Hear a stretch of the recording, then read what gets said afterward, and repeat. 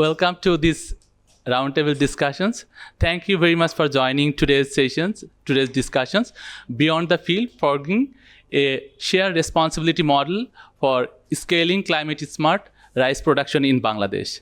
So jointly hosting by World Bank, 2030 Water Research Group and Sustainable Agriculture Foundation under AWD project, introducing water efficient technology in Bar Track project. We want to say thank you to all for joining these sessions, to manage your times and come here in right timely. I'm a bit sorry, we wanted to start it at 2 p.m. However, we have a few minutes late. Hopefully we all are joined here. And we want to start this roundtable discussions with a very brief introductions. So I want to start with myself. This is Abdul Rauf. I'm working here as a Director of Program Development for Sustainable Agriculture Foundations. And I would request you from my right side, please give your self-introduction, please. Thank you, Rauf Bhai. Assalamu alaikum, everyone. I'm Saida Sitpat Shahed. I'm working as the lead for agricultural water workstream under Bangladesh Water Multi-Stakeholder Partnership. Very good to be part of this discussion today. Thank you. Assalamu alaikum. Myself, Momshad Ali Khan. I'm from Coca-Cola Bangladesh, representing Coca-Cola Foundation. Thank you. Assalamu alaikum and good afternoon. This is A.K. Mapil Mahmood, Executive Engineer BADC and Deputy Program Director Partner BADC Part. Hi, good afternoon. This is Mohammad Sohail Rana. I'm the Water Resources Specialist working in Asian Development Bank, Bangladesh Resident Mission. Thank you. Assalamu alaikum. Dewan Mohammad Tanmir, Arafa Rice Mill, Director, Noga Mohadepur. আসসালামু আলাইকুম, আমি শাহাদাত হোসেন বিপ্লব, আমি business স্ট্যান্ডার্ডের staff reporter. Thank you.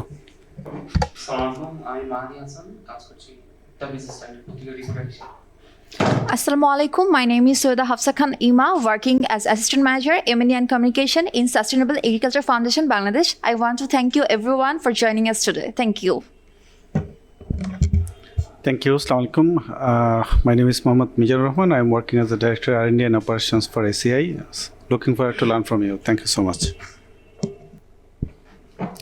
Assalamu alaikum. I am Sayyada Afzalun Nassa. I'm the Head of Sustainability for HSBC Bangladesh. Thank you. Assalamu alaikum.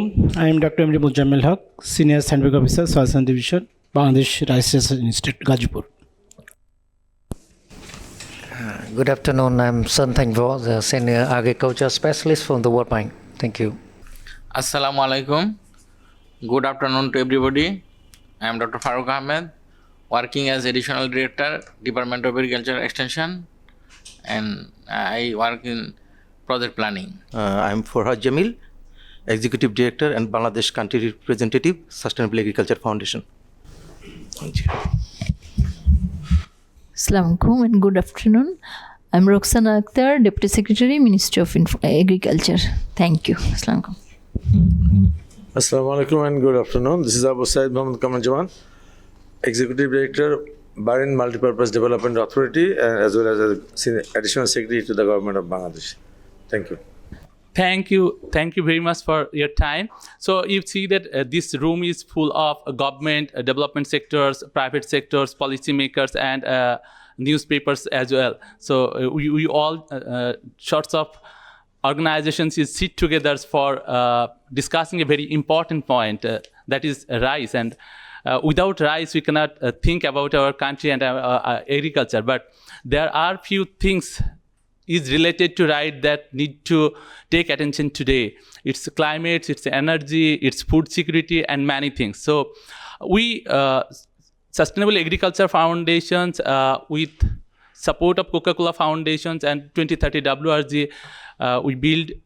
we have been implementing a project called Introducing Water Efficient Technology, and this project gives us a base of discussion of this today's discussions. So kicking off these discussions, I would request to Sitwat Appa to set the context of that discussion. So please, Sitwat Appa. Thank you, Rohbhai. I will just take a few moments, not too much, not to bore you people. Yeah, I know this is the very slow time of the day where after having lunch, we are all feeling a bit down. So just to kind of give you a brief update of why we are coming here today and what is basically the key take-home points which we would like to highlight in today's discussion. So first of all, we all know that rice is a crop of our pride. Third largest rice producing country is none other than our own mother country. However, rice production is taking a deep toll in our natural resources because we are we are basically depleting a huge amount of groundwater, because we know as a result of climate change, it's not possible always for us to use natural resources for irrigation only.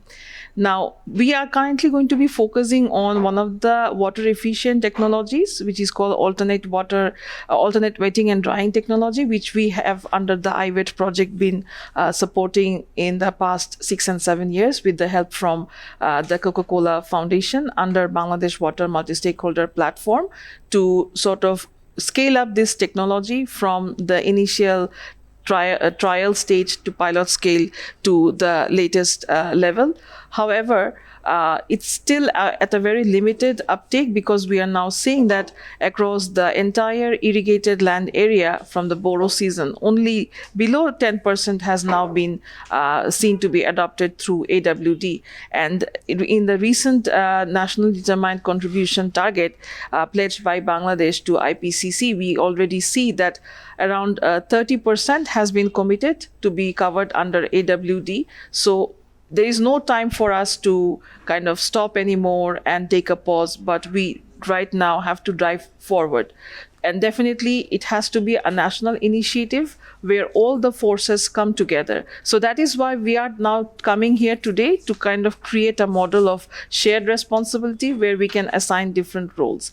But before going there, some of the key questions that I would like to sort of discuss in my short note today is that why this technology has not been popularized in Bangladesh. What are the key bottlenecks?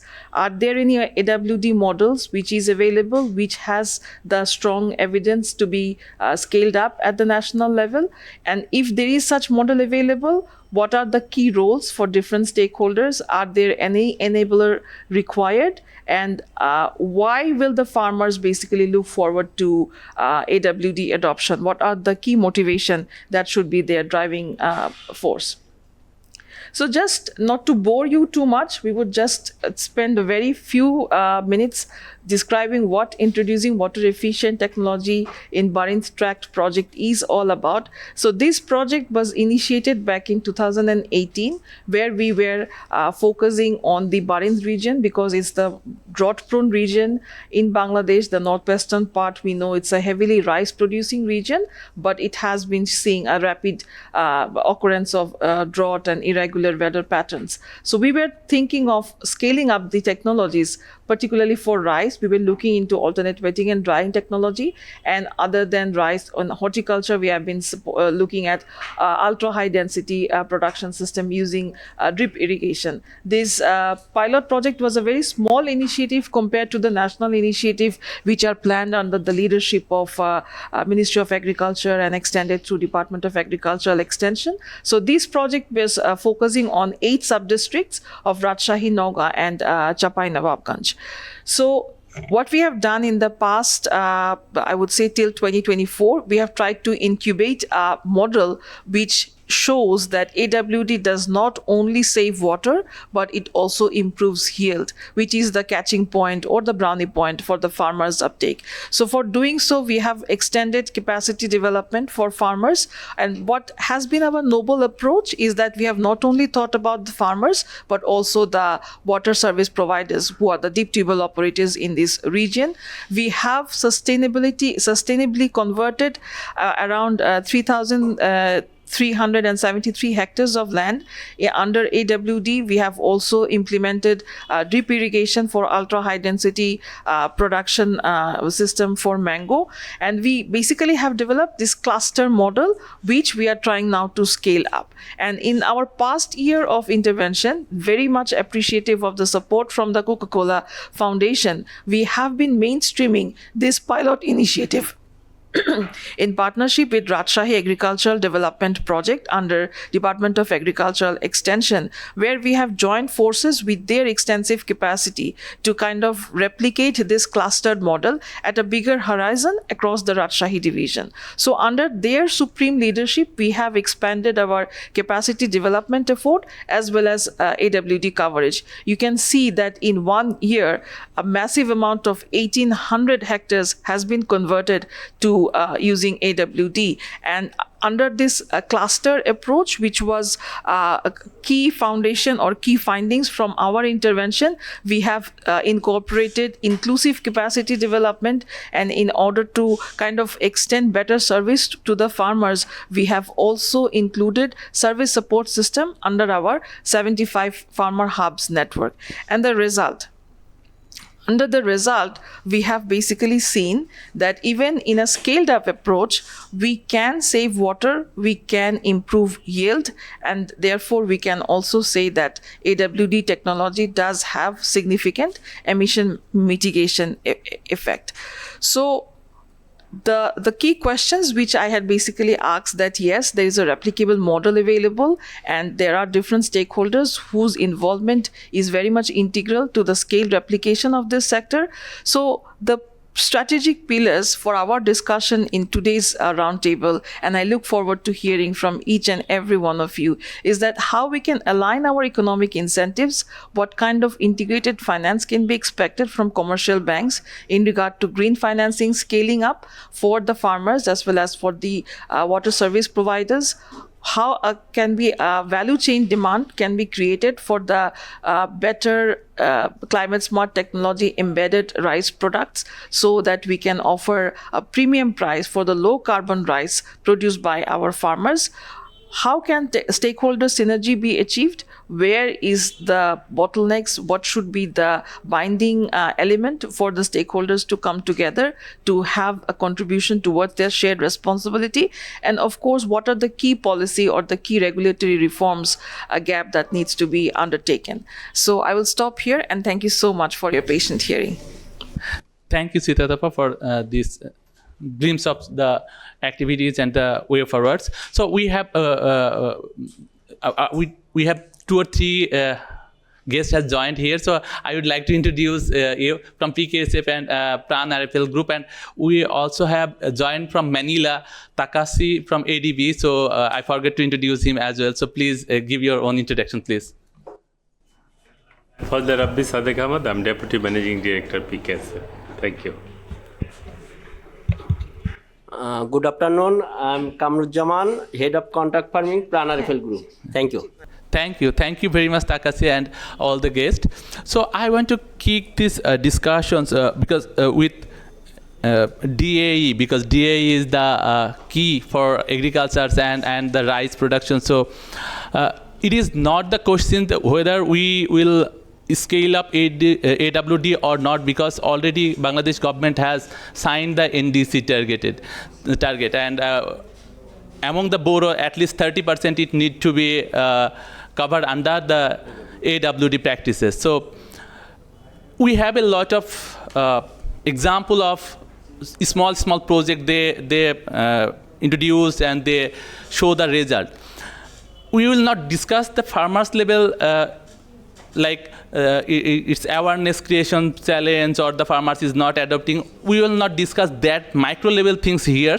Rather, if I ask today that what institutional challenge you face, or if you really see any coordination gaps among the different stakeholders to scale the AWD and transition from the government commitment from today to the next 30% of AWD scale-ups. So how do you see these transitions, and what should we do? Thank you. First of all, I would like to express my thanks to providing me, to allow me some comments on AWD or climate smart agriculture. I am working near about last 25 years, and while at the initial stage of service, we practice AWD only for the availability of plant nutrients, especially sulfur and zinc. The micronutrient will be available if we alternately drying the soil. And afterward, we also introduce AWD just to save the water save measure. Just water save measure, we want to say the near about 2050, 100 liter needs per kg rice. So we need to AWD, alternate wet and drying, so that we can save our water. But nowadays, the NDC 3, nationally determined contributors, it is actually obligatory. We have to introduce AWD practice in our burro rice near about 30% in third NDC, that means 2026 to 2035, this period. And if you think about that, alternate farmers are more or less aware that it is a good practice, but some challenges also behind, and we are trying to scope. And if you think about that, there are two types. One is conditional and another is unconditional. And unconditionally, we think about that our total burro production, 30% area, among these, 10% will be unconditional and 90% will be conditional. That means if we think about our 38 or 30, our burro coverage is 48 lakh or 49 lakh, and if you 30%, near about 17 lakh, and 1.7 lakh area obligatorily should under in AWD. And if you think about, there are our several projects, development projects, especially a partner project, and it is an umbrella project, not only DE but also BADC, Bangladesh Rice Research Institute, DAM, and so there are National Building Department also engaged. And if you think about the partner project, AWD technology will scale up by BADC, major source, near about 5,000 area, hectare, and DAE, and now start BMDA. These three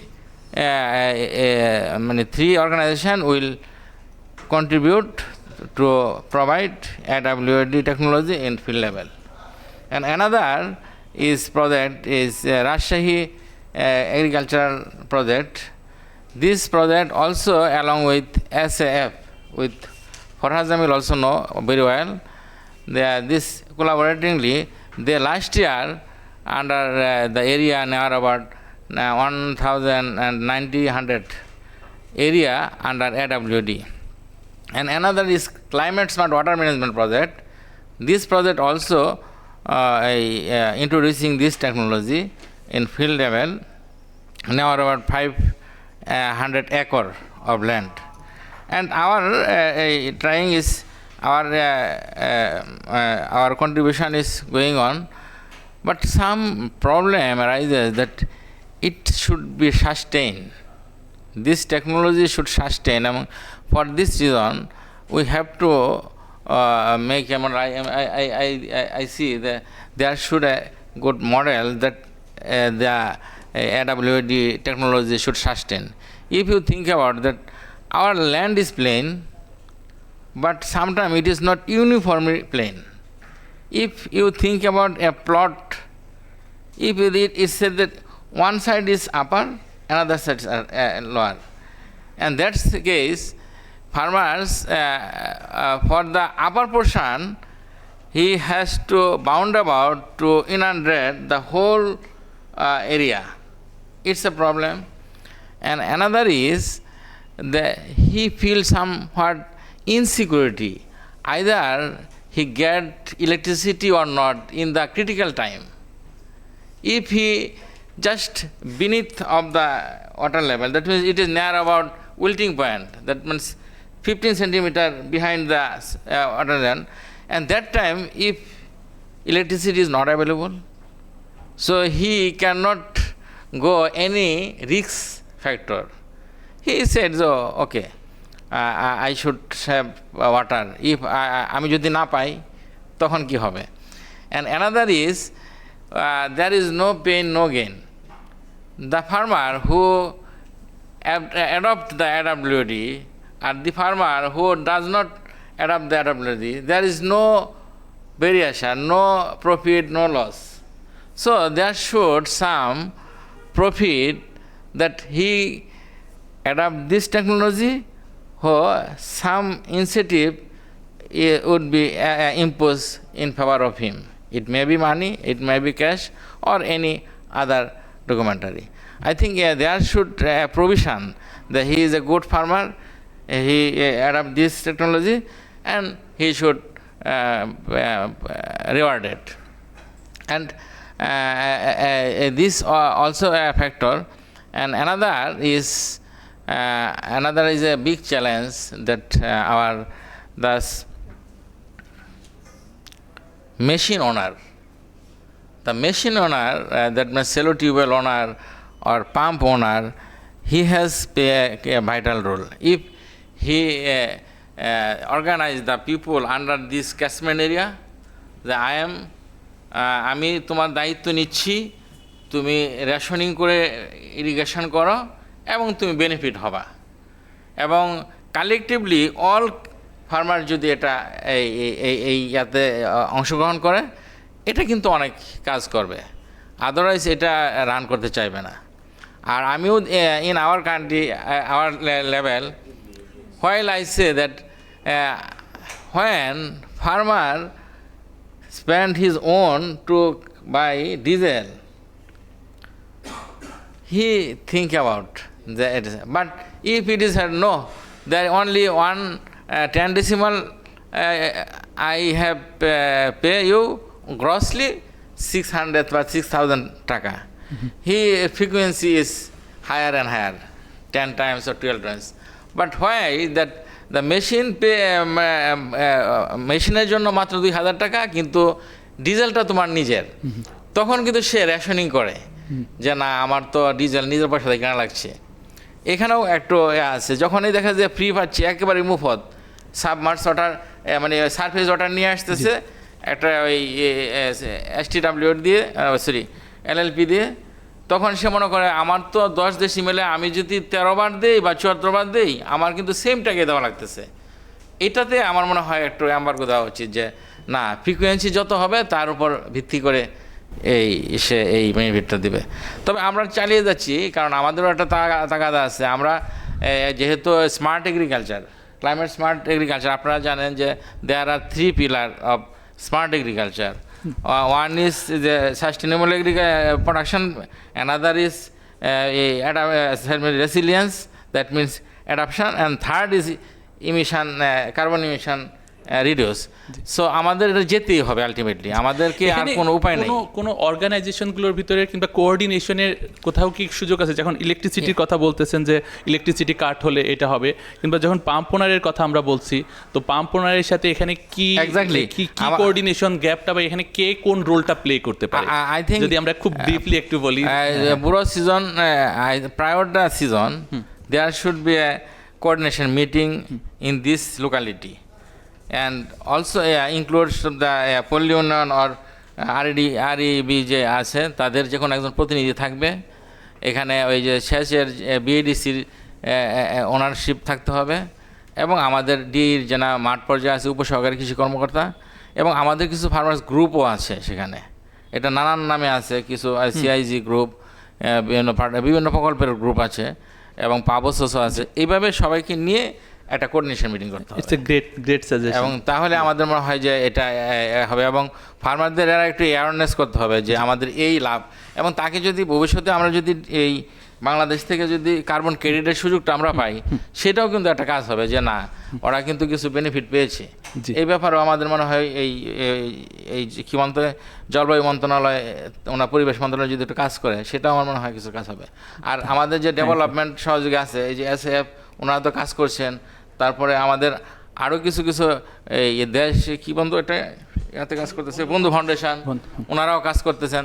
আমার মনে হয় যে Coca Cola আছে বা আমাদের এই প্রাণ RFL আছে, এই যারা এরকম ন্যাশনাল বিল্ডিং ডিপার্টমেন্টগুলি আছে, মানে প্রতিষ্ঠানগুলো আছে, ওনারাও যদি এগিয়ে আসেন, আমার বিশ্বাস এটা কৃষিটা ডেভেলপ হবে এবং AWD আগাবে। ধন্যবাদ।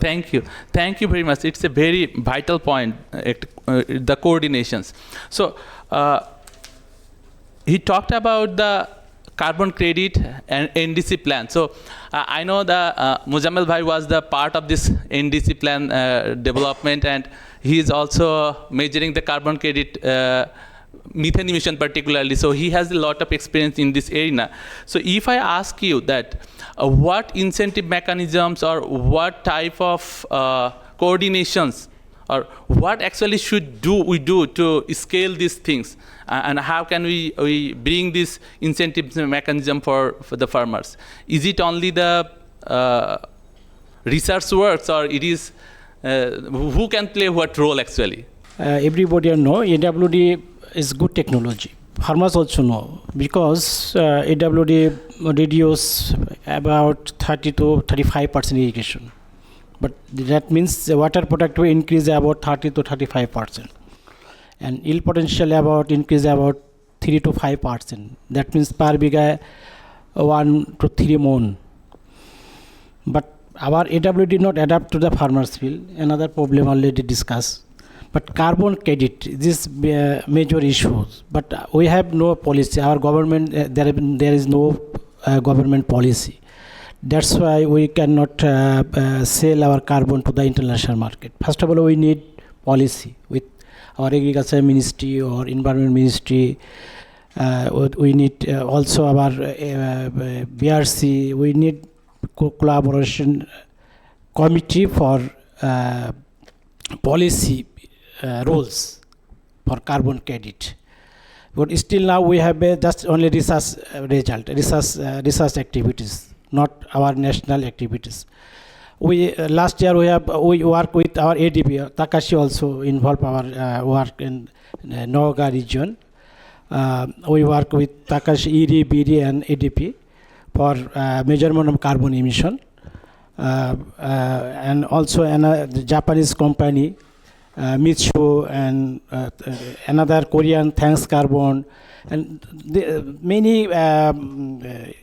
international NGO are involved to measurement of GHG emission. But we got AWD about save 2 to 3 or 3 to 4 ton carbon dioxide save. If we can use AWD easily, we can save about 3 to 4 ton carbon dioxide.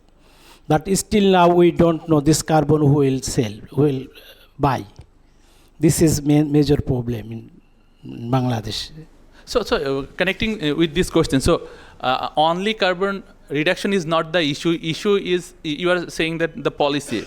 Beside the policy, how we set the MRV systems. Until or unless MRV system is ready, then it will not be possible. Linking with these questions, I want to also say that many times we say that the auto AWD is happening. So people are utilizing this irrigation, so automatically it's drying, and then they are not setting any pipe. However, their field is dried, and it's reduced the methane emissions. But you cannot measure it. So how can you build the systems from where the MRV can work better, and you can connect with this market? But another thing is that we can sell our carbon to the international market without measurement of GHG emission. First of all, we need measurement of GHG emission, GHG intensity or emission factor. But we have no country basis emission factor. First of all, we need determination of emission factor. That means emission factor means per day, per hectare, how much produce of methane emission. First of all, we need determination. We have emission factor. Easily we can say this year we have 1 lakh hectare AWD. Easily we can save this amount of carbon dioxide.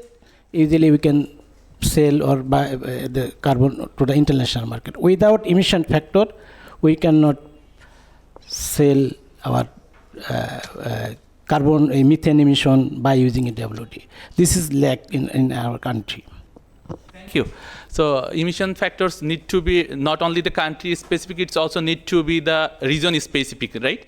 Already we have measured about 10 districts. This is local but regional basis some area we have, but we have 30 ecological zone. Yeah. But we have covered only 5 ecological zone. Remaining 25 ecological zone we need measurement of to find out the emission factor of methane emission. Yeah. Thank you very much for your nice opinion. So connecting these things, maybe I will move to others part, but connecting with these things, Green Climate Fund, the largest climate change fund in the world, we would say, and for GCF we have one national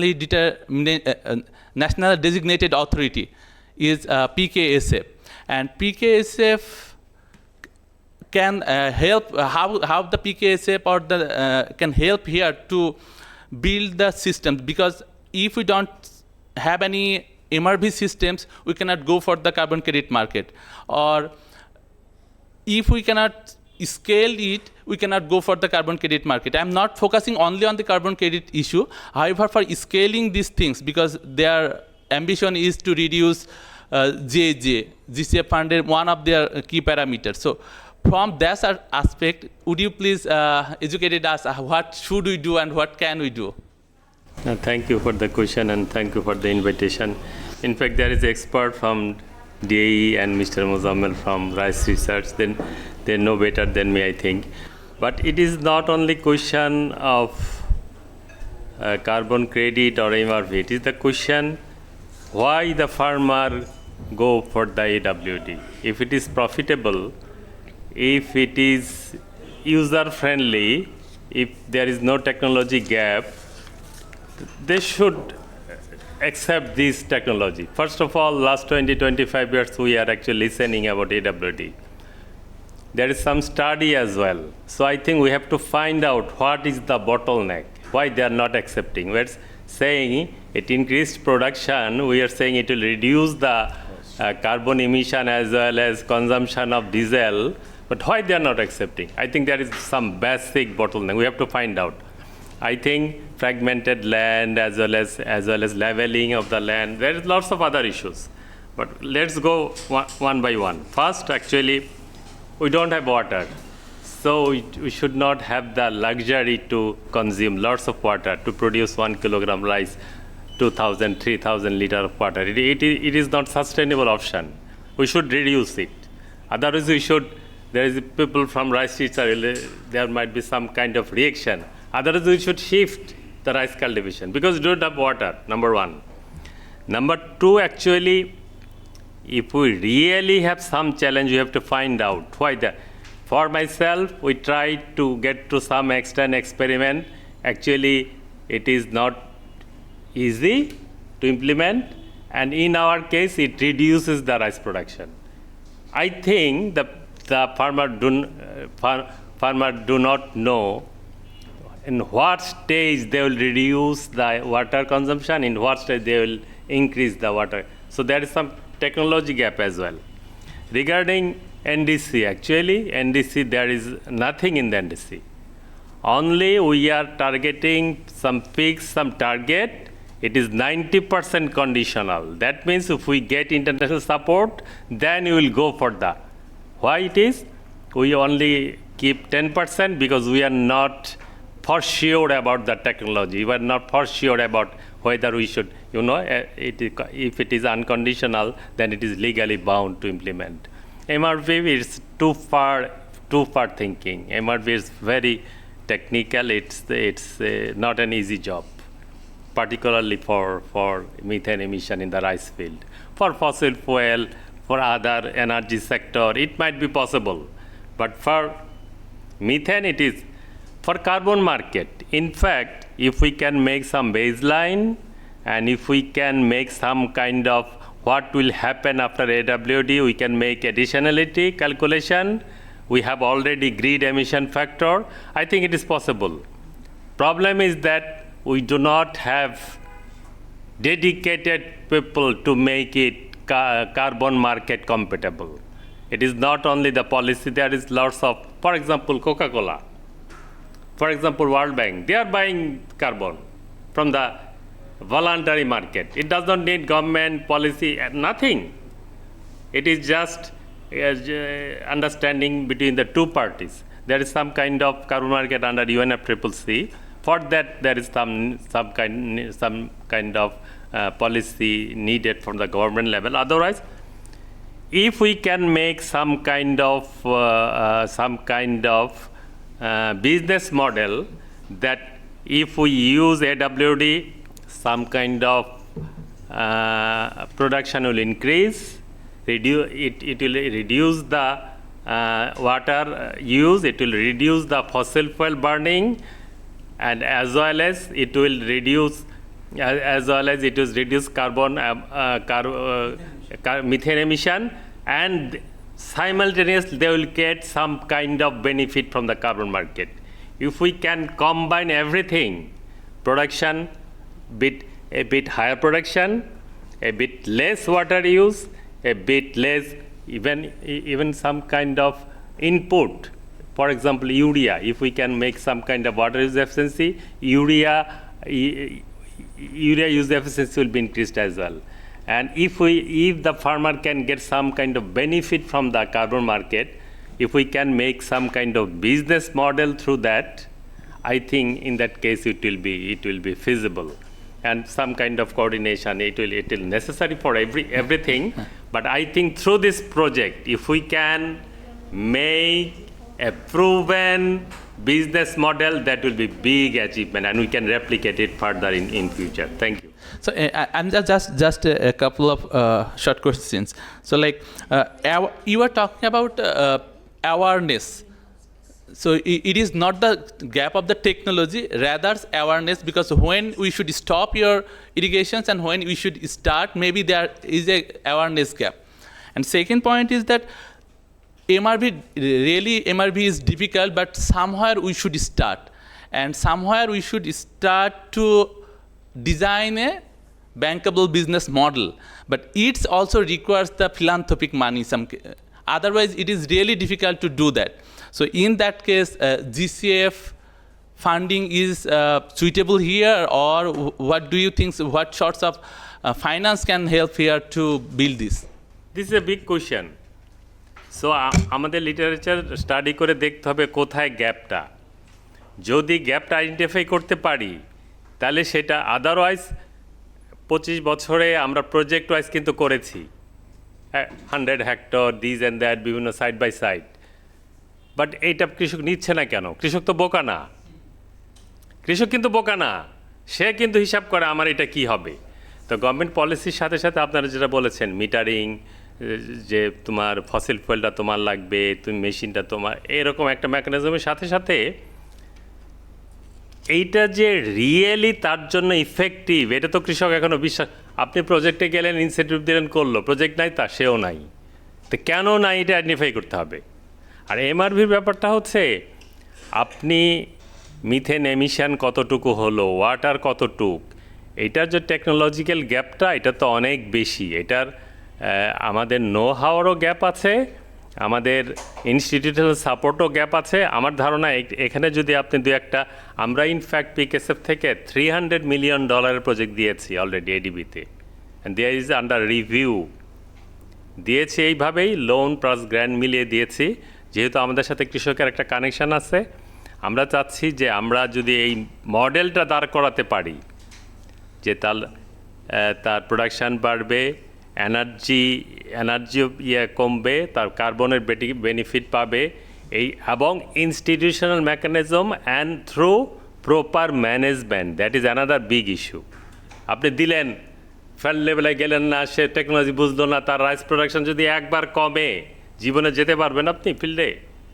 আমরা experiment করেছি, বারিন্ডে আমার green climate ফান্ডের project আছে, আমার এক্সপেরিমেন্টে কিন্তু AWD successful না, আমাদের হয়তো আমরা টেকনোলজি জানি না, অথবা আমরা ফার্মারকে টেকনোলজিটা ডিসেমিনেট করতে পারি নাই। এটা তো খুব কমন সেন্স, 20-25 বছর কেন কৃষক নিবে না? কাজে এইটা আমার ধারণা রাইস রিসার্চ আছে, আমরা ফিল্ড লেভেলে একদম এক্সপেরিমেন্টাল বেসিসে একটা মডেল দ্বারা করাতে হবে, আদারওয়াইজ এটা কিন্তু কৃষক নিবে না। এইটা কৃষকের জন্য দরকার না, কারোর জন্য দরকার না, আমার জন্যই দরকার, বিকজ আমার পানি নাই, আমি তো খাওয়ার পানি পাচ্ছি না, রাইসে পানি দিব কোত্থেকে? কাজে it is very essential for ensuring the water security of the country. So এটা আসলে ইম্পর্টেন্ট জিনিস। Thank you very much.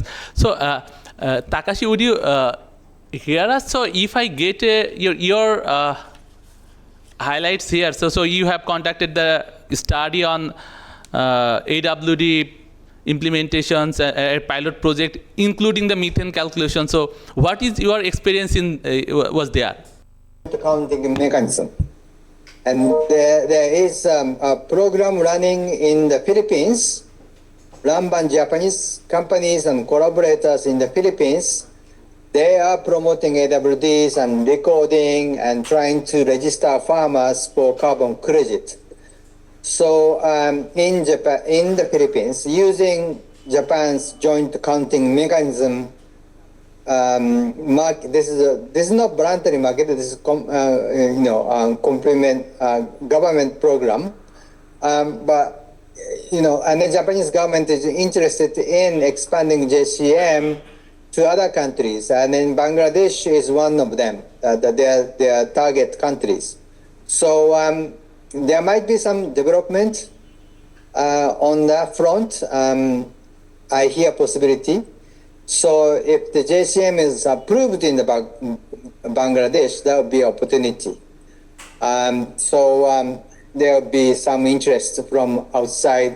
Not only Japan, as you know, there is a Korean company now in the Bangladesh trying to promote AWD and somehow access carbon market. So I understand that there are hesitations and then there are clear barriers, challenges for promoting AWD among farmers and scaling up.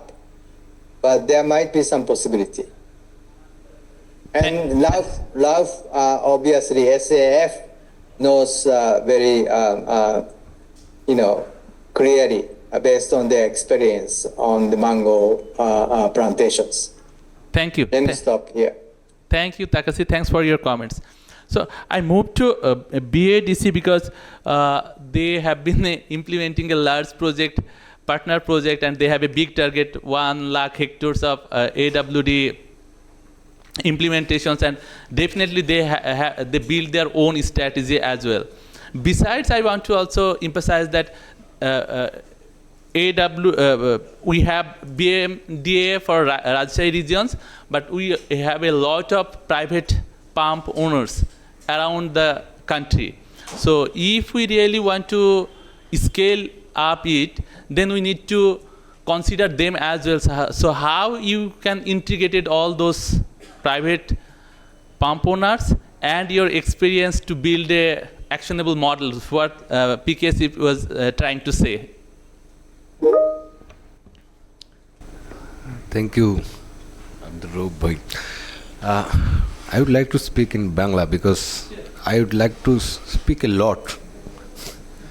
That's why, and that would be frequent and understandable for all.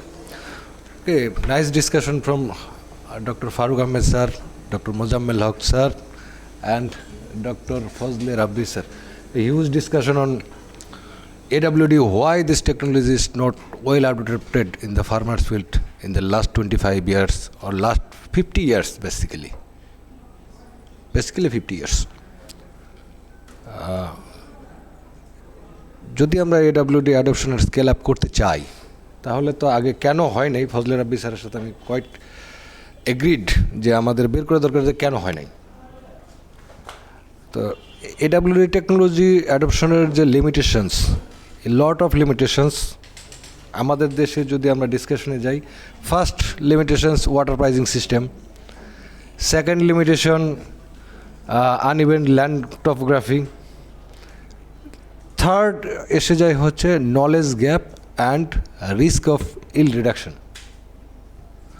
তো basically আমরা কি water pricing system যেটা আমাদের চলে, season based water pricing system, শুধুমাত্র BMDA এবং বিএমডিএর maximum এবং বিএডিসির কিছু পাম্পিং সিস্টেমে volumetric basis, that is time basis also from in volumetric basis কিছু প্রাইজিং সিস্টেম আছে। আদারওয়াইজ ম্যাক্সিমাম ইরিগেশনটা আসলে প্রাইভেট সেক্টরের irrigation. That's why it is quite impossible to convert it to volumetric basis pricing system in Bangladesh. The second limitation, uneven land topography. আমরা চাইলে কি topography change করতে পারবো? ডেফিনেটলি পারবো না। থার্ড এসে যায় হচ্ছে নলেজ গ্যাপ। এই নলেজ গ্যাপের একটা বিভিন্ন রকমের ডাইমেনশন আছে। আসলে ডাইমেনশন হচ্ছে যারা আমরা করতে চাই, এখানে যারা আমরা বসে আছি, গভর্নমেন্ট অফিসিয়ালস, নীতি নির্ধারক মন্ত্রণালয়ের ম্যাডাম আছেন, বিএমডির আমাদের এক্সিকিউটিভ ডিরেক্টর স্যার আছেন, যারা প্রাইভেট সেক্টরস অ্যাক্টর হিসাবে কাজ করছেন বা ডোনার এজেন্সি যারা আছেন, যারা আমরা এই টেকনোলজি অ্যাডাপশন করতে চাই, ফার্স্ট অফ অল আমরা কি এই টেকনোলজি সম্পর্কে কতটুকু একদম ইন ডিটেইল নলেজ আমাদের কাছে আছে? It's a very simple technology. একটা পানির পাইপ ব্যবহার করে কতটুকু পানি দিতে হবে এটা মেজারমেন্টের সময় কখন দিতে হবে এটাও লিটারেচার, লট অফ লিটারেচার আছে, রিসার্চারদের যারা একদম প্রুভড লিটারেচার আছে। Very simple. এইটা হচ্ছে যে নর্মালি হচ্ছে যে ট্রান্সপ্লান্টিংয়ের প্রথম 2 সপ্তাহ পরে থেকে শুরু করতে হবে এই টেকনোলজির ব্যবহার, মানে পানি স্ট্রেস দিতে হবে, ওয়াটার স্ট্রেস দিতে হবে, এবং ফ্লাওয়ারিং স্টেজে আবার কোনো স্ট্রেস দেওয়া যাবে না, রাইট? এটা হচ্ছে 2 সপ্তাহ পরে স্টপ করার পরে এটা টিচারের উপর ডিপেন্ড করে। কিছু কিছু সাবজেক্টে আছে 7-8 দিন পরে নিচে চলে যায়, কিছু 10 দিনে 5 দিন, যেটা সেন্টিলো এটা 5 দিন পরে 15। আচ্ছা মোজাম্মেল ভাই, আমি একটু বলি, সেটা হচ্ছে যে আমি একটু তাহলে আমি যেহেতু বলছি যে আমি অনেক বলবো, আসলে আমি অনেক বলবো, ঠিক আছে? সেটা হচ্ছে যে এই টেকনোলজি যে পানি পাইপের কনসেপ্টটা আসলে কোথা থেকে এসেছে? প্রথম আসছে হচ্ছে নামটা এসেছে অল্টারনেট ওয়েটিং অ্যান্ড ড্রাইং। যখন ইরিগেটেড রাইস কাল্টিভেশনটা আসলো, দেখা গেল যে আসলে হিউজ পরিমাণে আমাদের ওয়াটার রিসোর্সেস আমরা খরচ করে ফেলছি হচ্ছে রাইস প্রোডাকশনের ক্ষেত্রে। তখন তারা রিসার্চ শুরু করলো যে এটা আসলে পানি কমানো যায় কিভাবে। একবার শুকানো, পর্যায়ক্রমিক শুকানো এবং ভেজানো এবং শুকানো পদ্ধতি আসলো। এখন মোজাম্মেল ভাই যেটা বলছেন যে সয়েল টেক্সচার অনুযায়ী বা সয়েলের টাইপ অনুযায়ী তো আসলে স্যান্ডি সয়েল এবং ক্লে সয়েলে তো ভিন্ন ভিন্ন দিন, প্রথমে আসছিল হচ্ছে এত দিন পর পর পানি দিতে হবে। টেকনোলজিটা এইভাবে ডেভেলপ হয়েছে যে 3 দিন পর পর পানি দিতে হবে বা 5 দিন পর পর পানি দিতে হবে। এখন সয়েলের টেক্সচার অনুযায়ী তো কোথাও একদিনেই পানি চলে যাচ্ছে, আবার কোথাও 5 দিন পানি থাকছে। যেমন স্যান্ডি সয়েলে একরকম হবে আর ক্লে সয়েলে আরেক রকম হবে। তো তখন আসলো যে না, তাহলে রুট জোন ডেপথ বিবেচনা করে এটা আসলে করতে হবে।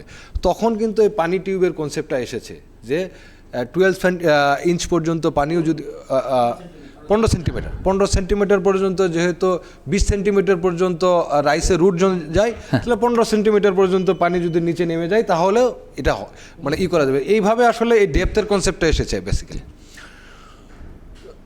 তো আসলে এই টেকনোলজি সম্পর্কে আমরা যারা প্র্যাকটিস করছি বা প্র্যাকটিস করাইতে চাই, আমার বলতে দ্বিধা নেই যে আমরা আসলে এই জিনিসটা জানি না, আমরাই জানি না আসলে এই জিনিসটা কি। এই জিনিসটা হচ্ছে এটা এমন একটা টেকনোলজি যেটা ফার্মারের বিহেভিয়ারাল চেঞ্জ করবে।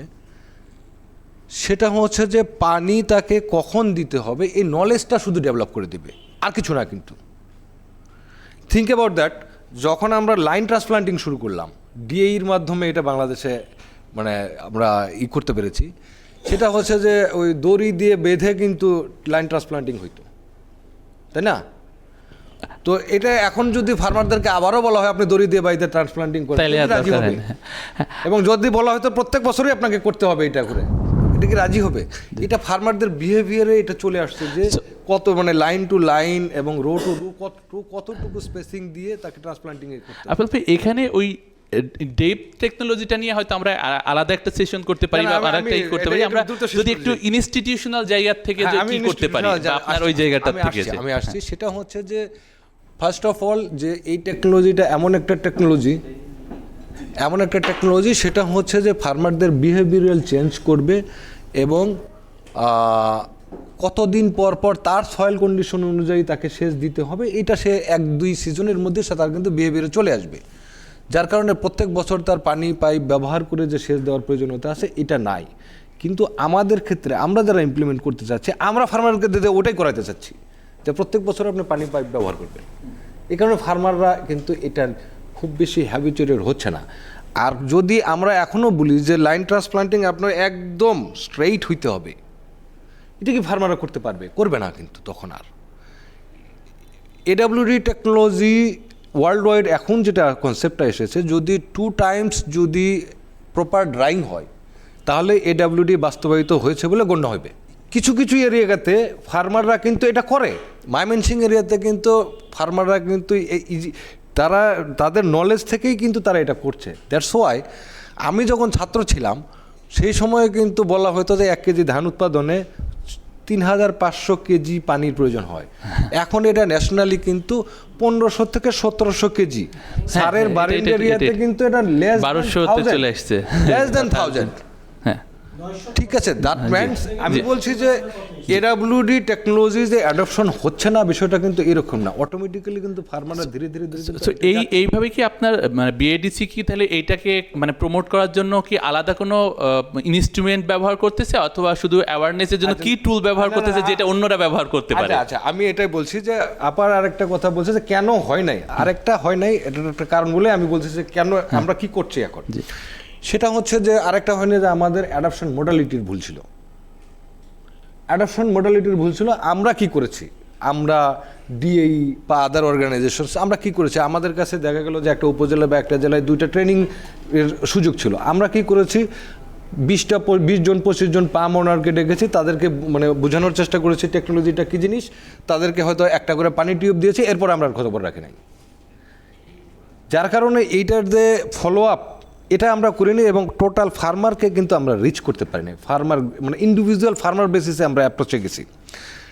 যেটা এখন আমরা যেটা করছি সেটা হচ্ছে যে আমরা স্কিম বেসিসে, এখানে কেউ একজন বলেছেন যে আসলে যদি সকল ফার্মারকে কম্প্রিহেন্সিভভাবে অ্যাপ্রোচ করা না যায় এবং AWD এবং নন AWD প্লট যদি পাশাপাশি থাকে তাহলে AWD বাস্তবায়ন করা সম্ভব না। যার কারণে একটা স্কিম বেসিস অ্যাপ্রোচ যদি আমরা নিতে পারি, যেটা আমরা পার্টনার প্রোগ্রামের মাধ্যমে করছি, যে একটা স্কিমে যদি 70 ফার্মার থাকে, একটা স্কিমে যদি 100 ফার্মার থাকে, আমরা 100 ফার্মারকেই রিচ করব, 100 ফার্মারকে ট্রেনিং দেবো, অ্যাজ এ হোল আমরা ওই স্কিমে AWD বাস্তবায়ন করব।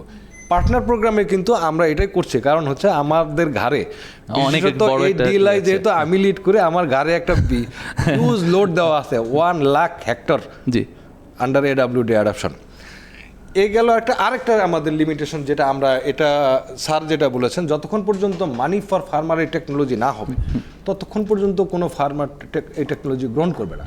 এতদিন পর্যন্ত আমরা এখন যেটা করছি যে এতদিন পর্যন্ত আমরা ফার্মার ট্রেনিংয়ে বলার চেষ্টা করেছি আপনি পানি সেভ করেন, পানি সেভ করলে বেসিক্যালি যদি সিজন বেসড প্রাইসিং সিস্টেম থাকে তাহলে কিন্তু হয়তো তাকে যদি কমানোও হয় 5 টাকা ডেসিমেল কমাইলে দেখা গেলো 1 বিঘায় তার লাভ হয়েছে 150 টাকা মাত্র সেভিং হয়েছে। কিন্তু যদি আমরা এই যে রিসার্চ অনুযায়ী যদি বলতে পারি যে আপনার 1 বিঘায় 1 মণ ধান উৎপাদন বেশি হবে, তাহলে তার অন্তত 1200 টাকা প্রফিট হওয়ার সুযোগ আছে। আমরা কিন্তু এখন ট্রেনিংয়ের মডালিটিগুলো কিন্তু কিছুটা চেঞ্জ করছি, টেকনোলজি শেখাচ্ছি এবং বেনিফিটের জায়গায় 3টা যে মেজর বেনিফিট আমরা বলি, water saving, methane emission reduction and yield increase, আমরা ইল্ড ইনক্রিজকে এখন প্রায়োরিটি দিতে চাচ্ছি, যাতে ফার্মারদের কাছে এই টেকনোলজি মানি ফর ফার্মার হিসেবে বিবেচিত হয়। সরি, আমি আসলে এটা নিয়ে অনেক বেশি কথা বলে ফেললাম মনে হয়। না, it's a very valid point, very valid point. এরপরের যে পোর্শনটা এসেছে সেটা হচ্ছে যে carbon credit, it's a advance version or future of AWD technology. আমরা অলরেডি অনেকে বলেছেন যে পলিসি নাই, অমুক নাই, তমুক নাই, তো রিসার্চাররা চেষ্টা করতেছে ইমিশন ফ্যাক্টর একটা সেট করার জন্য, আর মন্ত্রণালয় চেষ্টা করছে যে একটা কার্বন ট্রেডিং ফ্রেমওয়ার্ক করার জন্য অলরেডি এটা ড্রাফট ফাইনাল রিপোর্ট মন্ত্রণালয়ে জমা হয়েছে। হোপফুলি এটা হয়ে যাবে ইনশাআল্লাহ, এটা করা হবে। জি ঠিক আছে, এটা ড্রাফট ফাইনাল রিপোর্টটা জমা হয়েছে। একটা প্রশ্ন করতে চাই বিএডিসি প্রতিনিধি যিনি বললেন যে প্রথম বলছিলেন যে রিস্ক অফ ইল্ড রিডাকশন, এডাব্লিউডি কৃষকদের কি এরকম কোনো ধারণা যে এই এডাব্লিউডি ফলো করলে আমার ইল্ড রিডাকশন হবে? কেন আপনি এই প্রশ্নটা তুললেন যে তাহলে ইল্ড রিডাকশনই একটা চ্যালেঞ্জ? চ্যালেঞ্জ স্যার হচ্ছে যে কোনো টেকনোলজি যখন আমরা গ্রহণ করতে যাই তখন আমাদের একটা রিল্যাক্টেন্ট মেন্টালিটি তৈরি হয়, এটা করলে আমার ক্ষতি হওয়ার সম্ভাবনা আছে। তো ফার্মারদের কাছে ফার্স্ট ক্ষতিটা কি, মানে মেজর ক্ষতি হচ্ছে ইল্ড রিডাকশন। আর আরেকজন যেটা বলেছেন, বিশেষত আপনার এলাকায় স্যার একটা প্রবলেম আছে। আপনার এলাকায় প্রবলেমটা হচ্ছে যে কোনো একজন স্যার বলেছেন, স্যার মনে হয় বলেছেন যে ইলেকট্রিসিটি প্রবলেম, এবং আমরা দুইটা স্কিমে এটা মানে করেছি যে দেখা গেল যে আপনার একটা স্কিমে একটা জমিতে হয়তো 7 দিন পরে পানি পাওয়ার কথা, 7 দিনে ডেটেতে যায় ইলেকট্রিসিটি ফল করেছে অথবা তার মোটর পুড়ে গেছে। ওইটার সাথে মানে আর একদিন পানি যদি পরে পায় সে তো পার্মানেন্ট উল্টিংয়ে চলে যাবে, বা উল্টিংয়ে চলে মানে পার্মানেন্ট উল্টিংয়ে গেলে তো তার মানে ড্রাস্টিক ইল্ড রিডাকশন আছে। যার কারণে আমরা যখন প্র্যাকটিসিংয়ে গেছি, যেহেতু আমরা আমাদের সাথে কার্বন ক্রেডিট জেনারেশনেরটা ইনভলভ নাই, যার কারণে আমরা কিন্তু এখনও পর্যন্ত ফার্মারকে কিন্তু বলছি না যে আপনি 15 সেন্টিমিটার নিচে গেলে পানি দেন, আমরা কিন্তু বলছি 10 সেন্টিমিটার গেলে পানি দেন। We are not trying to save 25 to 30% water. We are trying to save 15 to 20% water. And change the behavior. Yeah, that's the great question. আচ্ছা না, বিষয়টা না ম্যাডাম, এটা হচ্ছে যে যদি পাশাপাশি জমি থাকে, আমাদের যে মানে সিপেজের মাধ্যমে একটা জমি থেকে আরেকটা জমিতে চলে যায় পানি, এবং ওয়াটার কন্ট্রোলটা তখন করা যায় না। আর যদি একটু জমিটা উপরে থাকে তাহলে উপরে যে পানি দিলে সেই পানিটা নিচেই চলে আসবে। সো এই প্রসঙ্গ থেকে আমরা একটু যদি বিএমডি এর কাছে আসি, একটু শেয়ার করি যে জি আমরা অনেক সময় যে কৃষকের সাথে যে হচ্ছে না বা কেন কৃষক গ্রহণ করছে না, এটার পিছনে একটা কারণ আছে। সেটা হলো মনে করেন যিনি AWD পদ্ধতি গ্রহণ করছেন আর যিনি করছেন না, পানির ক্ষেত্রে কিন্তু তার কোনো ভেরিয়েশন নাই, সমান টাকা দিচ্ছে। হ্যাঁ, আমি ওই পয়েন্টটা খুবই গুরুত্বপূর্ণ। সে কিন্তু আগাছা দমনের জন্য জাস্ট খালি সে উইডটাকে দমানোর জন্যই পানিটা রেখে দেয়। তাহলে তার এই যে আগাছা বাঁচার জন্য যে উইডিংয়ের জন্য যে খরচটা, এই খরচটা মিনিমাইজ হয়। যখন আপনি পানি রাখবেন একেবারে এই যে ফিল্ড ক্যাপাসিটিতে রাখবেন বা ফিল্ড ক্যাপাসিটি আর উইল্ডিং পয়েন্টের মাঝামাঝি রাখবেন, তখন কিন্তু আগাছা বেশি হয়, তাকে তখন এই যে লেবার কস্টটা একটু বেড়ে যায়। এইটাকে অ্যাভয়েড করার জন্য সে দেদারসে পানি দিচ্ছে, কিন্তু সে কামলা খরচ বাঁচাবে না, মানে এই ধরনের একটা ফ্যাক্টর থাকে। স্যার এখন এটা একটু দ্বিমত করতেছে যে আসলে আগে 20 বছর আগে AWD আর বর্তমানে AWD পার্থক্য আছে। অর্থাৎ এখনকার কৃষক, আমি যেহেতু 3-4 বছর ধরে কাজ করতেছি, প্রায় 20-30টা জেলায় ঘুরছি গতবার। আপনার বর্তমানে বাংলাদেশের কৃষকরা ধান লাগানোর 5-6 দিনের মধ্যেই উইডিসাইড দিবেই। হ্যাঁ, যখনই দিয়ে ফেলছে তখন আপনার AWD শুরু হচ্ছে আমার 15 দিনে, আগাছা থাকতেছে না। প্রবলেমটা এখন আর ওইভাবে নাই। তো আমি এখন একটু ওই প্রসঙ্গগুলোর থেকে একটা প্রসঙ্গ আসছে ইনসেন্টিভ। একটা হচ্ছে ফার্মারের ইনসেন্টিভস, আবার আর একটা পয়েন্ট আসছে যে হচ্ছে যে water service provider, he is another the muscleman or the powerful entity. হ্যাঁ, তো সে আমি যখন পানিটা কমাইয়ে ফেলতেছি তখন কৃষকের লাভ হচ্ছে, কিন্তু যখন ডিপ টিউবওয়েল অপারেটর অর হচ্ছে যে প্রাইভেট পাম্প ওনার, তার ইনসেন্টিভসটা আবার একটু কমে যাচ্ছে। তাহলে এই ব্যালেন্সটা করা যায় কিভাবে, বা এখানে আসলে ইনসেন্টিভ মেকানিজমটা কিভাবে দাঁড় করানো দরকার। সেকেন্ড পয়েন্টটা হচ্ছে যে বিএমডিএ যে কার্ড সিস্টেম, যে সিস্টেমটা করছে, এখানে এটাকে হচ্ছে যে অনায়াসে একটা ফার্মারের ইনসেন্টিভসের জায়গাটা অটোমেটিক্যালি চলে আসছে, কিন্তু যেখানে কার্ড সিস্টেম নাই সেখানে আসলে এটাকে কিভাবে করা যেতে পারে। অথবা বিএমডিএ যেই কোঅর্ডিনেশনের কথা বলতেছিল ডিএই থেকে, তো এইরকম কোঅর্ডিনেশন বিএমডিএ কি ইনিশিয়েট করতে পারে কিনা, অথবা এই ইনিশিয়েশনটা কার হওয়া উচিত, বা এই পুরো জিনিসটার ভিতরে পলিসির কোনো জায়গা আছে কিনা, সেটা নিয়ে যদি আপনি একটু বলতেন। ধন্যবাদ। আমি আগে বলে নিচ্ছি যে এই সেক্টর সম্বন্ধে আমার আইডিয়া তেমন একটা নেই, কারণ আমি এই গত 6 তারিখে জয়েন করেছি। বেসিক্যালি আমি mechanical engineer, but government posting এখন যেতে হয়েছে, but I am feeling interest, যে আমি ইন্টারেস্ট পাচ্ছি যে এই সেক্টরে কাজ করার জন্য, এবং আমি প্রতিদিনই শিখছি। আমি আজকে শিখতেই আসছি মূলত। বাট যে প্রবলেমটা আমি শুনলাম যে কেন AWD সাকসেস হচ্ছে না, আমাদের বিডির প্রতিনিধি, আমাদের ডিএর প্রতিনিধি এবং বিএডিসি, যে তিনটা গভর্নমেন্ট ডিপার্টমেন্ট যারা বলছিলেন। বিএডিসি লাস্টে যেটা একটু ডিএ থেকে বলা হচ্ছিল যে যেটা আগাছা, সেটা অলরেডি প্রবলেম সলভ আমি শুনেছি। এখন প্রশ্ন আসছিল বিএডিসির প্রতিনিধি যেটা বলছিলেন যে এটা ফার্মারদেরকে আমরা যে প্রশিক্ষণ দিচ্ছি that was not up to the mark. এবং আমি যখন প্রশিক্ষণ দিচ্ছি তখন আমি পাম্প অপারেটরদের মেনলি প্রশিক্ষণ দিচ্ছি। কিন্তু আমার ওই যেটা বলেন যে আমার যদি 1 লাখ হেক্টর জমি বা একটা মেইনলি একটা পাম্পের কাভারেজে সব কৃষককে যদি আমি একত্রে ট্রেনিংয়ে আনতে পারতাম, তাহলে সবাইকে নিয়ে আমি একটা ফ্রুটফুল রেজাল্টে আসতে পারতাম। এবং হ্যাঁ, তো সেটাই হওয়া উচিত ছিল, যেই কারণে একদিন হয়নি সাকসেস। আমি 10 জনকে এনেছি, বাকি 50 জন রয়ে গেছে। হ্যাঁ, আমি সেদিনও আমার মিনিস্ট্রিতে বলছি যে স্যার প্রজেক্টে কৃষকদের ট্রেনিংয়ের লাগে টাকা আরও আমি বাড়াবো, যাতে একত্রে আমি সবাইকে এনে এক আমরেলার নিচে কনভিন্স করতে পারি। আমি 10 জনকে আনলাম, 80% কৃষক আমার বাকি থেকে গেলো। তারা বললো তোমরা ট্রেনিং এসে তোমরা করো, আমরা করবো না এগুলো। এই একটা মেন্টালিটি আছে, সেটা খুব কমন পারসেপশন। এটা নিয়ে আমি কাউকে কোনো কৃষককেও দোষ দিচ্ছি না, এটা আমাদের সরকারি মেকানিজম যেটা ছিল। আমাদেরও ট্রেনিং মডালিটি চেঞ্জ করতে হবে গভর্নমেন্ট সেক্টরের পক্ষ থেকেও। আমি আমার বিএমডিএকেও বলছি যে সেদিনও একটা প্রজেক্ট বললাম যে প্রকল্পে যদি কোনো রিভিশন আছে must increase the training option, কৃষকদের ট্রেনিং অপশনটা বাড়াতে হবে। এবং কাউকে নিব একটা আমার ইরিগেশন কাভারেজের কাউকে নিব না, তখন যাকে নিচ্ছি না মেন্টালি সে আমার প্রতি একটু ডিজোবিং দেখাবে, এটাই স্বাভাবিক। সে মনে করছে হয়তো আমি তাদেরকে পলিটিক্যালি ফেভার দিচ্ছি, আমি হয়তো তাদেরকে মুখ চেনে ট্রেনিংয়ে ডাকছি, আমাদেরকে ডাকছে না। এই যে একটা মেন্টালিটি, এটা খুব স্বাভাবিক। কিন্তু সুতরাং এইটা নিয়ে বিএডিসি যেটা করছে বর্তমানে সেটা ভালো, যে এই মেন্টালিটি কিছুটা চেঞ্জ করার জন্য। এবং টেকনোলজি প্রুভেন কিনা, হ্যাঁ ডেফিনেটলি সারা ওয়ার্ল্ড ওয়ার যেহেতু করছে টেকনোলজি প্রুভেন। বাট সেটির সাথে আমি আমার পার্সোনাল একটা যে ওপিনিয়ন ছিল, আমি শুরুর আগে আমার মন্ত্রণালয়ের প্রতিনিধির সাথে আলাপ করছিলাম যে আমাদের যেটা বিএমডিও বলছে, ডিএ প্রতিনিধি বলছে যে আমাদের ল্যান্ডের টপোগ্রাফি এক না, এবং সব মাটিগুলো আবার ওয়াটার ক্যাপাসিটি হোল্ডিংও এক না। কোথাও এল মাটি, কোথাও বেলে মাটি, কোথাও দোআঁশ মাটি। সুতরাং আমি যদি সেন্টিমিটার মেজারমেন্ট দিয়ে আমি কৃষকদের বোঝাই চলবে না।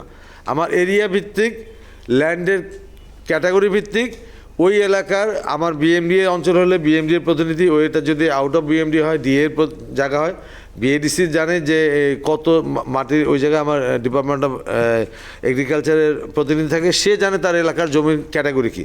এবং এমনও হতে পারে যে একটা ডিএর আন্ডারে যে আছে সেগুলোর মধ্যে মাল্টিভ্যারাইটি ল্যান্ড। সুতরাং আমি কতটুকু ল্যান্ডে কতটুকু পানি রাখবো, এটা আসলে একটা চ্যালেঞ্জিং বিষয়। এবং আমাদের টপোগ্রাফিতেও অনেক মাল্টি ডাইমেনশনাল। এইটার জন্য যদি আমাদের কোনো সার্ভে থেকে থাকে যে কোন অঞ্চলের মাটির ক্রাইটেরিয়া, এবং অ্যাজ এ গড়ে বললে একটু ডিফিকাল্ট, তারপরেও এতটুকু যদি আমরা কোনো ডেটা ডিআই বা আমার বিড়ির থেকে কোনো রিসার্চ থাকে, তাহলে বলতে পারে যে হ্যাঁ রাজশাহী অঞ্চলের নাটোর উপজেলার আমার এই উপজেলার এই অংশে আমার জমির ওয়াটার হোল্ডিং ক্যাপাসিটি এত। সুতরাং ওই জায়গায় যদি আপনারা পূর্বে যেভাবে টেকনিক্যাল নলেজ দিতেন যে 15 সেন্টিমিটার 20 সেন্টিমিটার নিচে গেলে দিবেন, আপনারা এখন ফর সেফটি বলছেন 10 দিতে। কারণ ডিএ যেটা বলছিল যে কোনো কারণে যদি যেই দিন তার পানি লাগবে সেই দিন যদি আমার পাম্প নষ্ট থাকে, সেই দিন যেন পাম্প নষ্ট না থাকে, সেটা তো একটা অ্যাক্সিডেন্টালি থাকতেই পারে।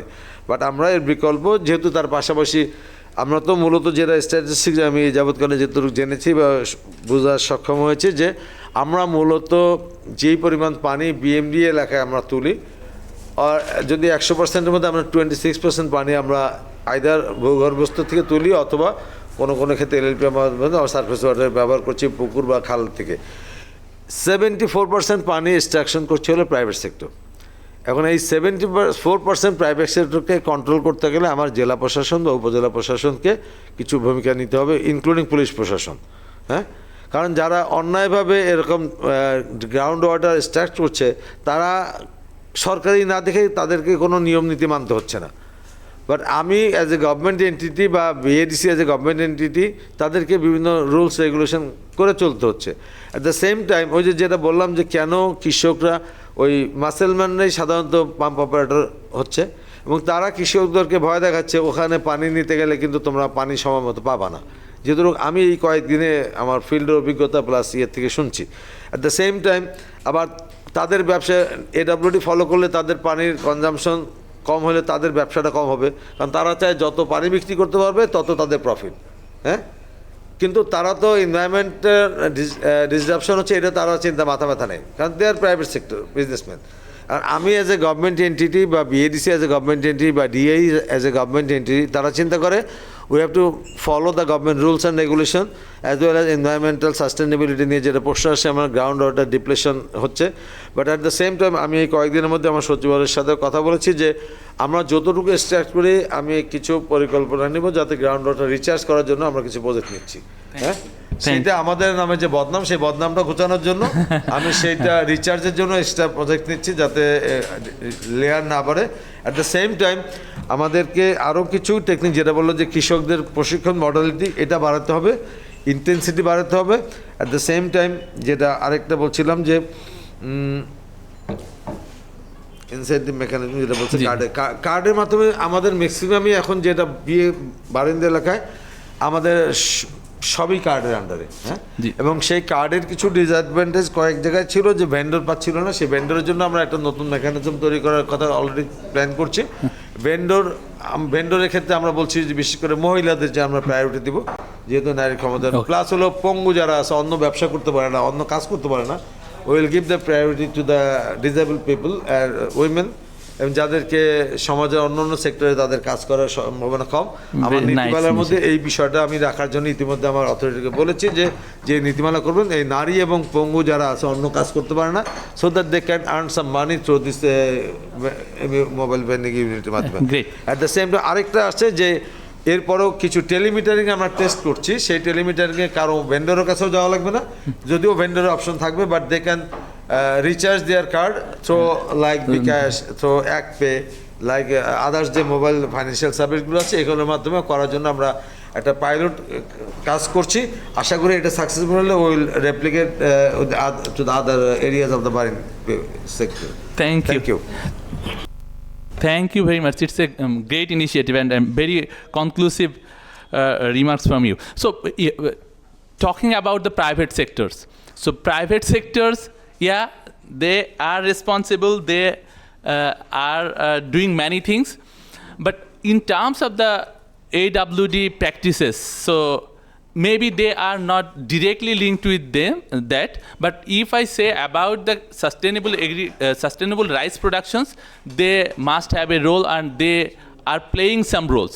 From the ACI perspectives, can you tell us a bit more about what ACI is doing on sustainable rice productions and from where they can start in promoting the AWD as a bundle services or with seed inputs or whatever, or even they are also buy back the farmers rice for aromatic rice and other rice even. So where they can play their role in this climate smart rice production systems. Not only I'm talking to you as a ACI, but you can represent the private sector as well. Thank you so much. Thank you. It's really been wonderful to learn a lot of dignifying, speakers. Whatever I learned from these meetings so far is that AWD is alternative wetting and drying. The technology itself is a very unique, very popular, and I think it's a very old concept that has been practicing across the world. So what we have learned from my experiences is that whatever technology you are talking about, the ACI, the way we are working is to make our farmers profitable. And this profitability can be ensured two ways. The first one is to increase the yield, and second one is to reduce the cost of productions. So these are the way how we can make our farmers profitable. So AWD is a technologies where actually it can increase the yield, as you have shown in presentations, and at the same time it can reduce the cost of production also. So now the question is, why it's not so popular so far, since we are talking about this? So because if it is profitable, why it should not scaling up? There is a question that we need to find out the answer, and that is very, very important. But we have here heard from our online speaker is that some of the countries is very practically and very profitably they have been practicing this. So a lot of success stories also there. So from our private sector experiences we have seen only, profitability is actually, when you talked yield, it gets attention, but when you are talked about the cost, it gets loyalty. So cost and loyalty is actually is the issues of making our farmers profitability. And AWD is actually saving the water, not cost. So when we can be able to answer the questions how much cost can save per hectares of land through these technologies, that will give an enormous amount of confidence to our farmers. We can easily claim that if you can grow these, if you can practice these technologies, probably you can be able to make money or saving these amount of money from per hectares of land. And this is very, very important to be communicated. And communication is something is very, when people get doubt on our communications, they will not accept the technologies at any levels. So when trust is missing, everything is missing. So probably this room, we need to find out the way out how we can build the trust. And that is very, very important of our farmers. Very, very important to build the trust of the farmers, how we can do that. Another biggest problem is that when you are giving this subsidy, or if you allow something free, probably there is a questions of adaptations. Either they will adopt or don't adopt. There is a questions is there. So it's not always it's good for demonstration. It's not for scaling up any technologies. So now you will have to articulate how you are going to communicate these things to the farmers. Somebody is saying also these things earlier. And third is is a technology like AWD. From the private sector perspective, if you think about this, we try to focus on the profits and all those things. Yes, of course, we have some social responsibility that we are doing so. But at the same time, you see, it's a costly things to be communicating a technology like this. Because the amount of return that we are expecting from this communicating of these technologies or selling these technologies is much more, it's not that attractive that private sector can afford it. But probably government development agencies and donor agencies can have the strength to do that, because methane is one of the critical issues that you need to address. And we are also aligned this, no doubt about it. And since you are talking about the private sector experiences, we are following this. Why? The profitable way of learning is to learn from others' mistakes. So the other people is making the mistakes and we try to learn and make it profitable. And that is our objective from the private sector. So that we are doing. আমি আরেকটা একটু supplement করি, সেটা হলো আমাদের আসলে এই অবজেক্টিভটা এক ঢিলে দুই পাখি মারা। আমরা ধানের জন্য consumption of water need to be reduced, একটা target. At the same time আমাদের লো কার্বন ইমিশনটা অ্যানাদার টার্গেট। হ্যাঁ, and then third ultimate yield কি, কৃষকের লাভ। আমি যদি কৃষককে মোটিভেট করতে পারি যে farmer will get the ultimate benefit, country will automatically benefited by producing less carbon as well as the water conservation. You're correct, sir. So from your perspective, what you can do or what you are really, if you are really doing anything in this area? Look, as I'm actually hitting these points. Actually, this is very important because I need to create the background. So why I'm saying so. The things is that you see. Now, why the farmers will adopt these technologies and how we are going to communicate this? This is very, very important because, you see, the agenda is very fixed, very common, and no doubt about this agenda. It is not the public and private, it is the interest of the countries, and that's for sure. And there is no argument on that.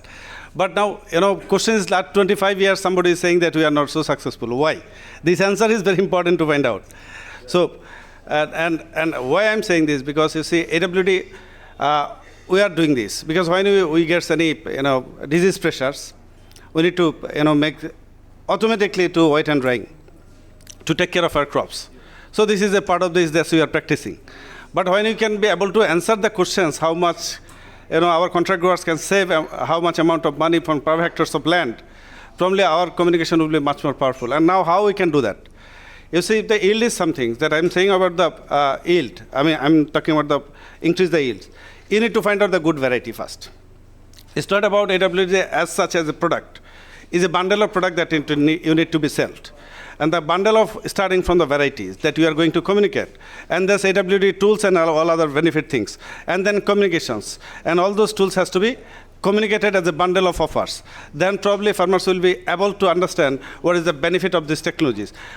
A variety which is not profitable at all, but farmers is growing because of his practices or local practices.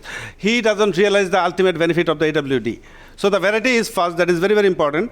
Second thing is AWD tools and all those things. And third is the incentive that you are giving to the pump owner or something like this, because they are very influential guys. Mm-hmm. They are giving, they are earning money by giving water for a time based. No, it's not because of the amount of water all those that they things are you are using. doing there. But my question is, do you see that in your promotion, in your leaflet, or in your seed or input bundle, do you really want to promote or give the message? Because we are seeing that the farmers awareness is still an issue. Everyone is saying that. So from earlier we didn't see from any company they are promoting any message. From private company, they are giving any message to the farmers that you need to reduce your water, you need to introduce AWD. So do you are in that positions to promote this or not? Absolutely we are. Absolutely we are. Why I'm saying this, because our objective is to make our farmers profitable. Yeah, exactly. And the way is to reduce the cost of productions, and saving the water is the same. These are the way that we can do that. And definitely we'll be putting this concept, Definitely, we'll be putting this concept in our leaflets and communication materials so that our farmers can save waters. They can, reduce the emission losses, and of course, through this way, they can be profitable. Yeah. And probably through these meetings and the support from the governments and the donor agencies, probably will be able to much more communicate with these things in coming days. Yeah. As such technology is beautiful. Thank you very much. So it is a very concrete message from the private sector that they can participate it here, because Applewhite and the government teams and different project is doing many things. But if you have a countrywide network, so if you push that message, so it may help to just echo with their message. Yeah. So yes, it is happening in Bangladesh, but in initial way, but in many countries they are successful. So if I want to get the example from the World Bank, that do you see your earlier experiences in different countries globally that can be replicated here in Bangladesh, and how we can do it, and where definitely World Bank is supporting in partner project to promote this, but in other way where they can support here in Bangladesh in policy or any institutional or any infrastructural framework.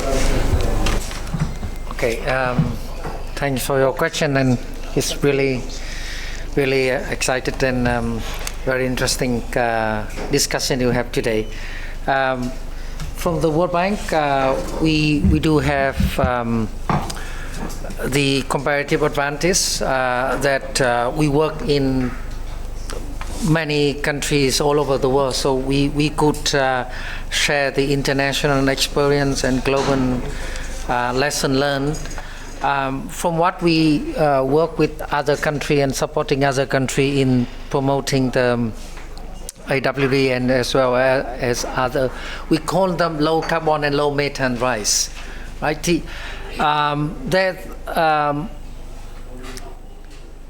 We refer to them as climate smart practices, and in order to really make it work, there are important, the combination of 3 or 4 things that need to go together. Number one, the country need very clear and tangible policy targets. We can start with the policy. We start with thinking what the overall policy, and together with that policy, the country also need to build a good MRV and also standard. Right. The second thing that need to go together with the policy and support it is that there is a strong and accountable service delivery for irrigation and other types of key infrastructure, because to support, as you know, agriculture is a thirsty business, right? Yeah. It consumes 70% of the freshwater we have. And rice, if we take rice only, it accounts for 30% of all the freshwater. So rice is the one that really take a lot of water away. For any enabling infrastructures and dealing with irrigation for rice, that's a huge investment. That's where the public sector need to come in. And the third one is, this is a key question you raised. The most important thing for farmers as well and his business is, what's in it for me, right? So when you do anything, any action, anything, the farmer will always ask, what's in it for them? So that means, what are the incentives? And in the countries that we support, there are clearly the duration where the pilot happened. And moving from pilot to scaling up, there's always the question of how the incentive can be resolved. And in order to address the incentive, market-based solution linked to the clear link between farmers' action and their profit need to be worked out very, very well. And one concrete example in Vietnam, where we support a program called VNSAT. The project ran from 2015 to 2023, mainly in the Mekong Delta. And the Mekong Delta in Vietnam is very much similar to Bangladesh. It also deltaic zone where rice is a dominant crop. And the successful of that project led to the government declare 1 million hectares of low carbon rice. And with that declaration, the farmer got into the contract with the government about implementing AWD and other climate smart practices. And that led to the funding from different sources and also into the carbon finance, where the initial support would come from the transformative carbon asset facilities. They put in immediately 40 million, seeing that the farmer is committed to the low carbon rice practices. So with one project leading to the scaling up of the government, and that trigger all of the investment and support from different sources. So I hope that share some information. Yeah, it's a great information, and really it's workable, because you show the example which is successful in there. So maybe we can replicate it in Bangladesh. So from ADB perspectives, if we ask that you have been designing a project for Bangladesh, as I know. So in that project, or any example from your experiences in other countries, what type of coordinations you think that is missing, and what type of project we should design, what type of innovations or what type of activities we should include in that project that will scale the current pilot project to scalable project?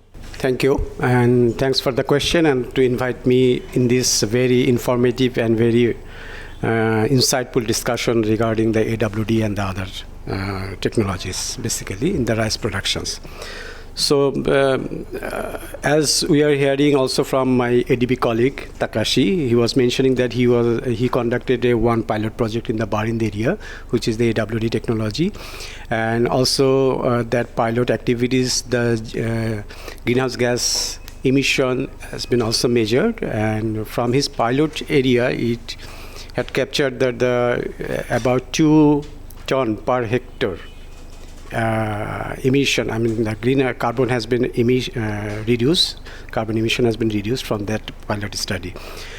So this is very small pilot study and pilot works. Based on that one, we have a plan to implement a big projects in the Barind area as well.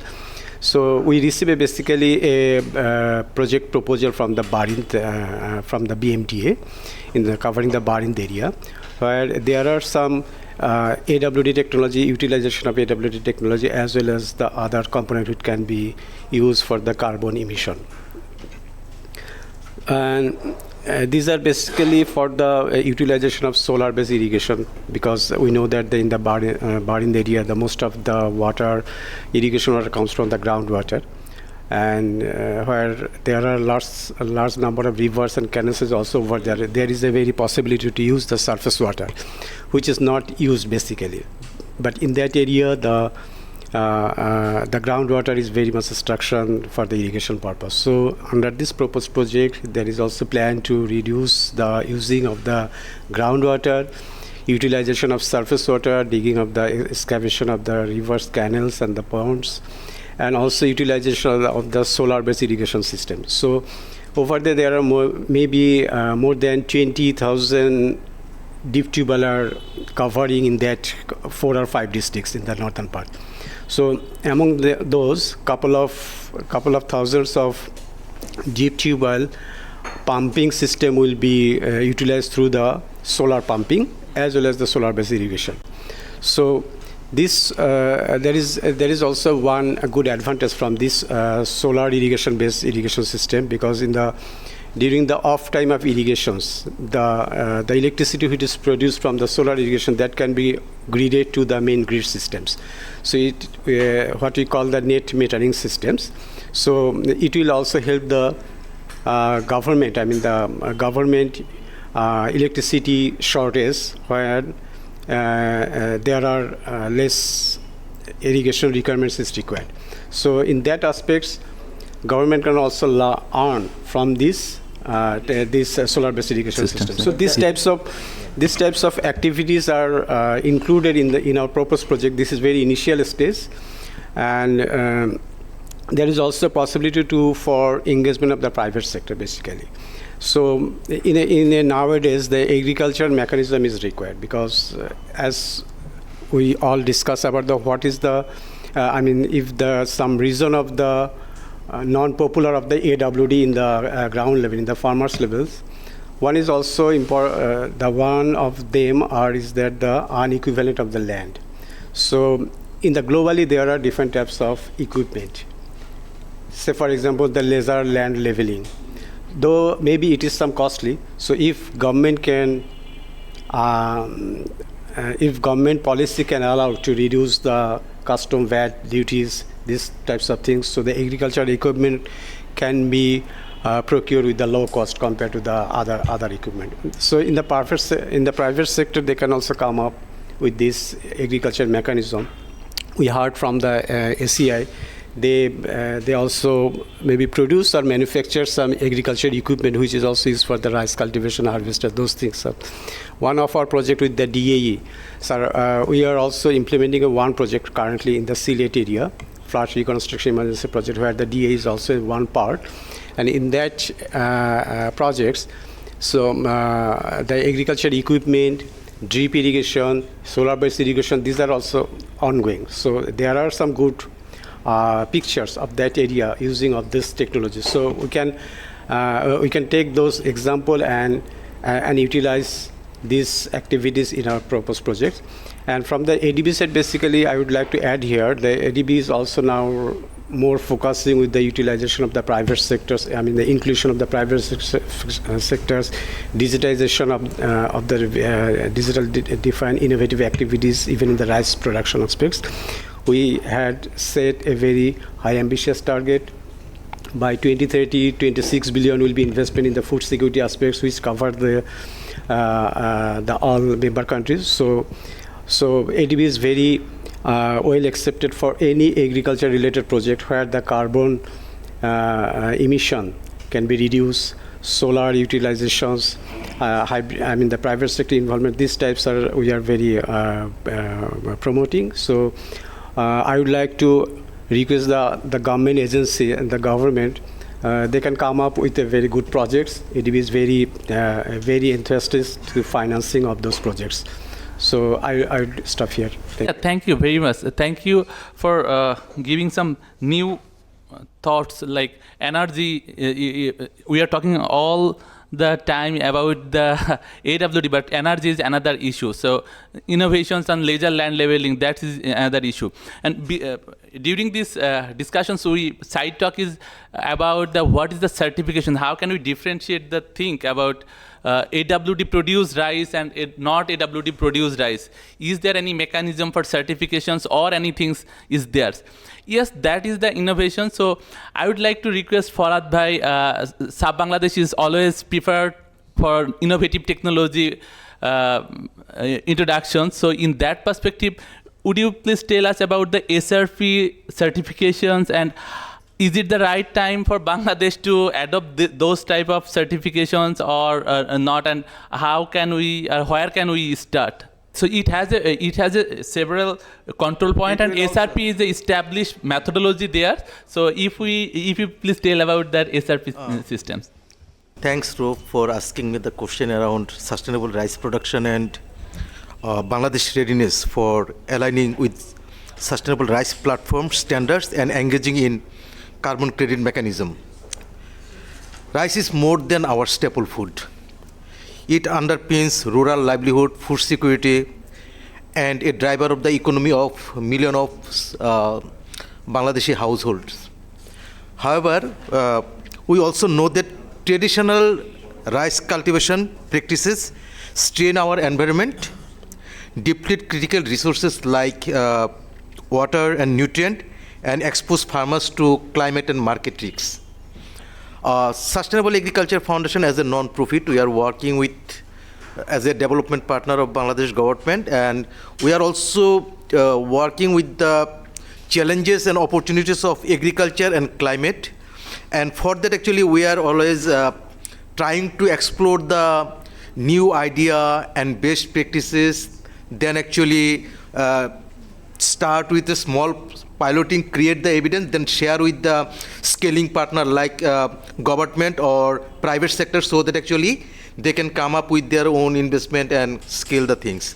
So, for instance, we are promoting AWD in Barin region with the support of the Coca-Cola Foundation, HSBC, and the coordination effort of 2030 Water Resources Group.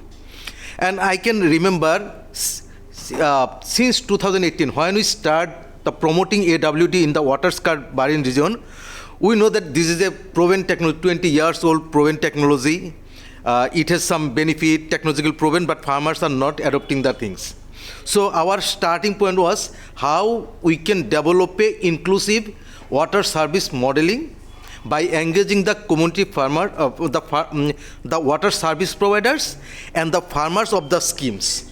So to develop the systems. So since then, actually, we had a success. So each and every year, actually, we have rigorous baseline and endline, and we come up with a understanding the model that we develop that can be scalable, because it is a system-related challenges, not the actually technology-related challenges.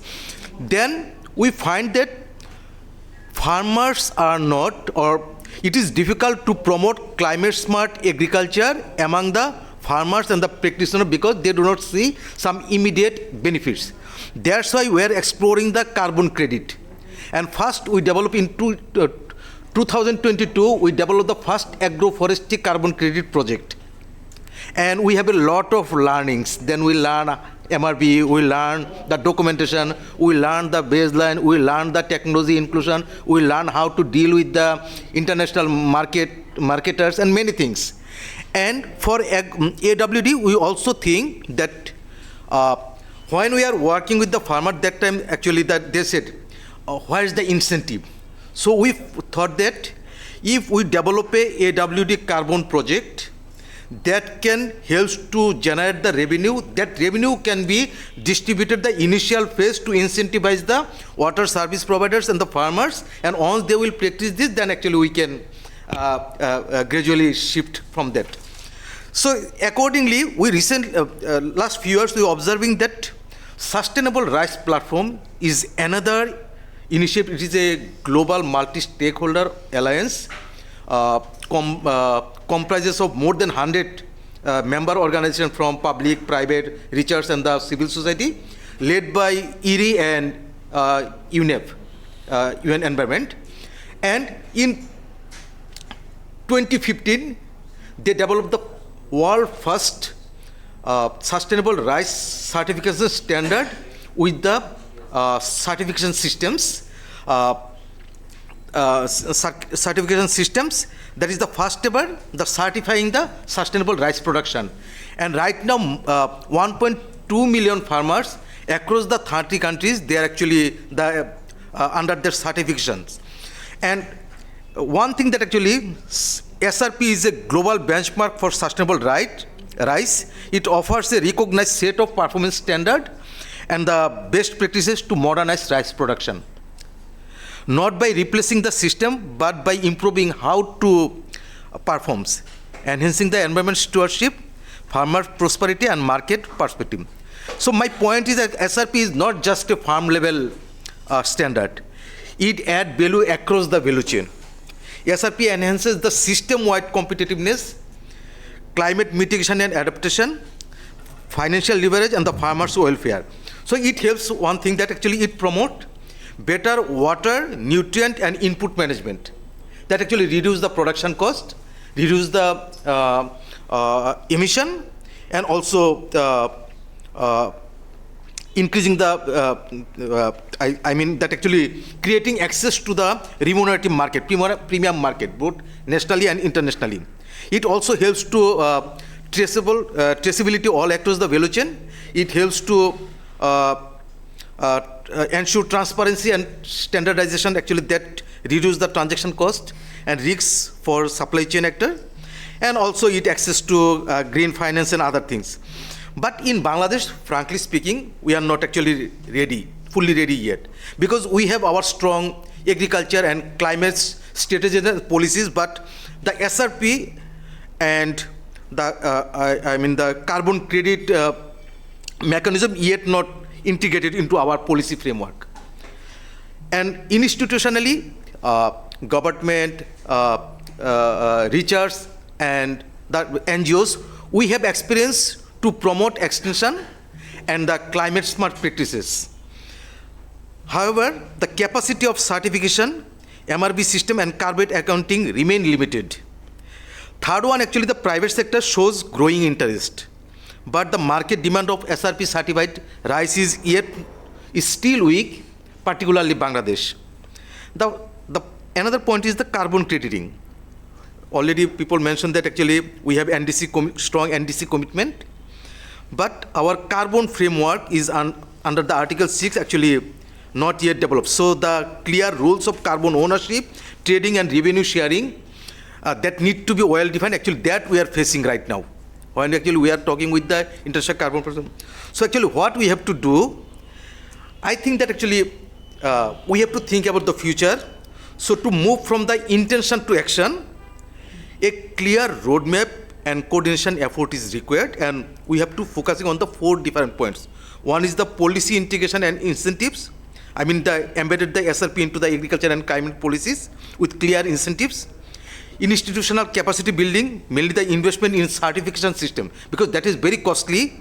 Digital MRP that is required, and also develop the human resources. We are working with the India and many other countries, the expert. In Bangladesh, we have the experts, enthusiastic young people, talented young people, but if we can provide support, then actually we can develop the system in the country as well. That is required. And the third one, actually the public-private partnership. So not only talking about the table, but we have to include the value chain actors from the millers, traders, exporters, for not only for facilitating them, rather actually seeking the co-investment from there as well.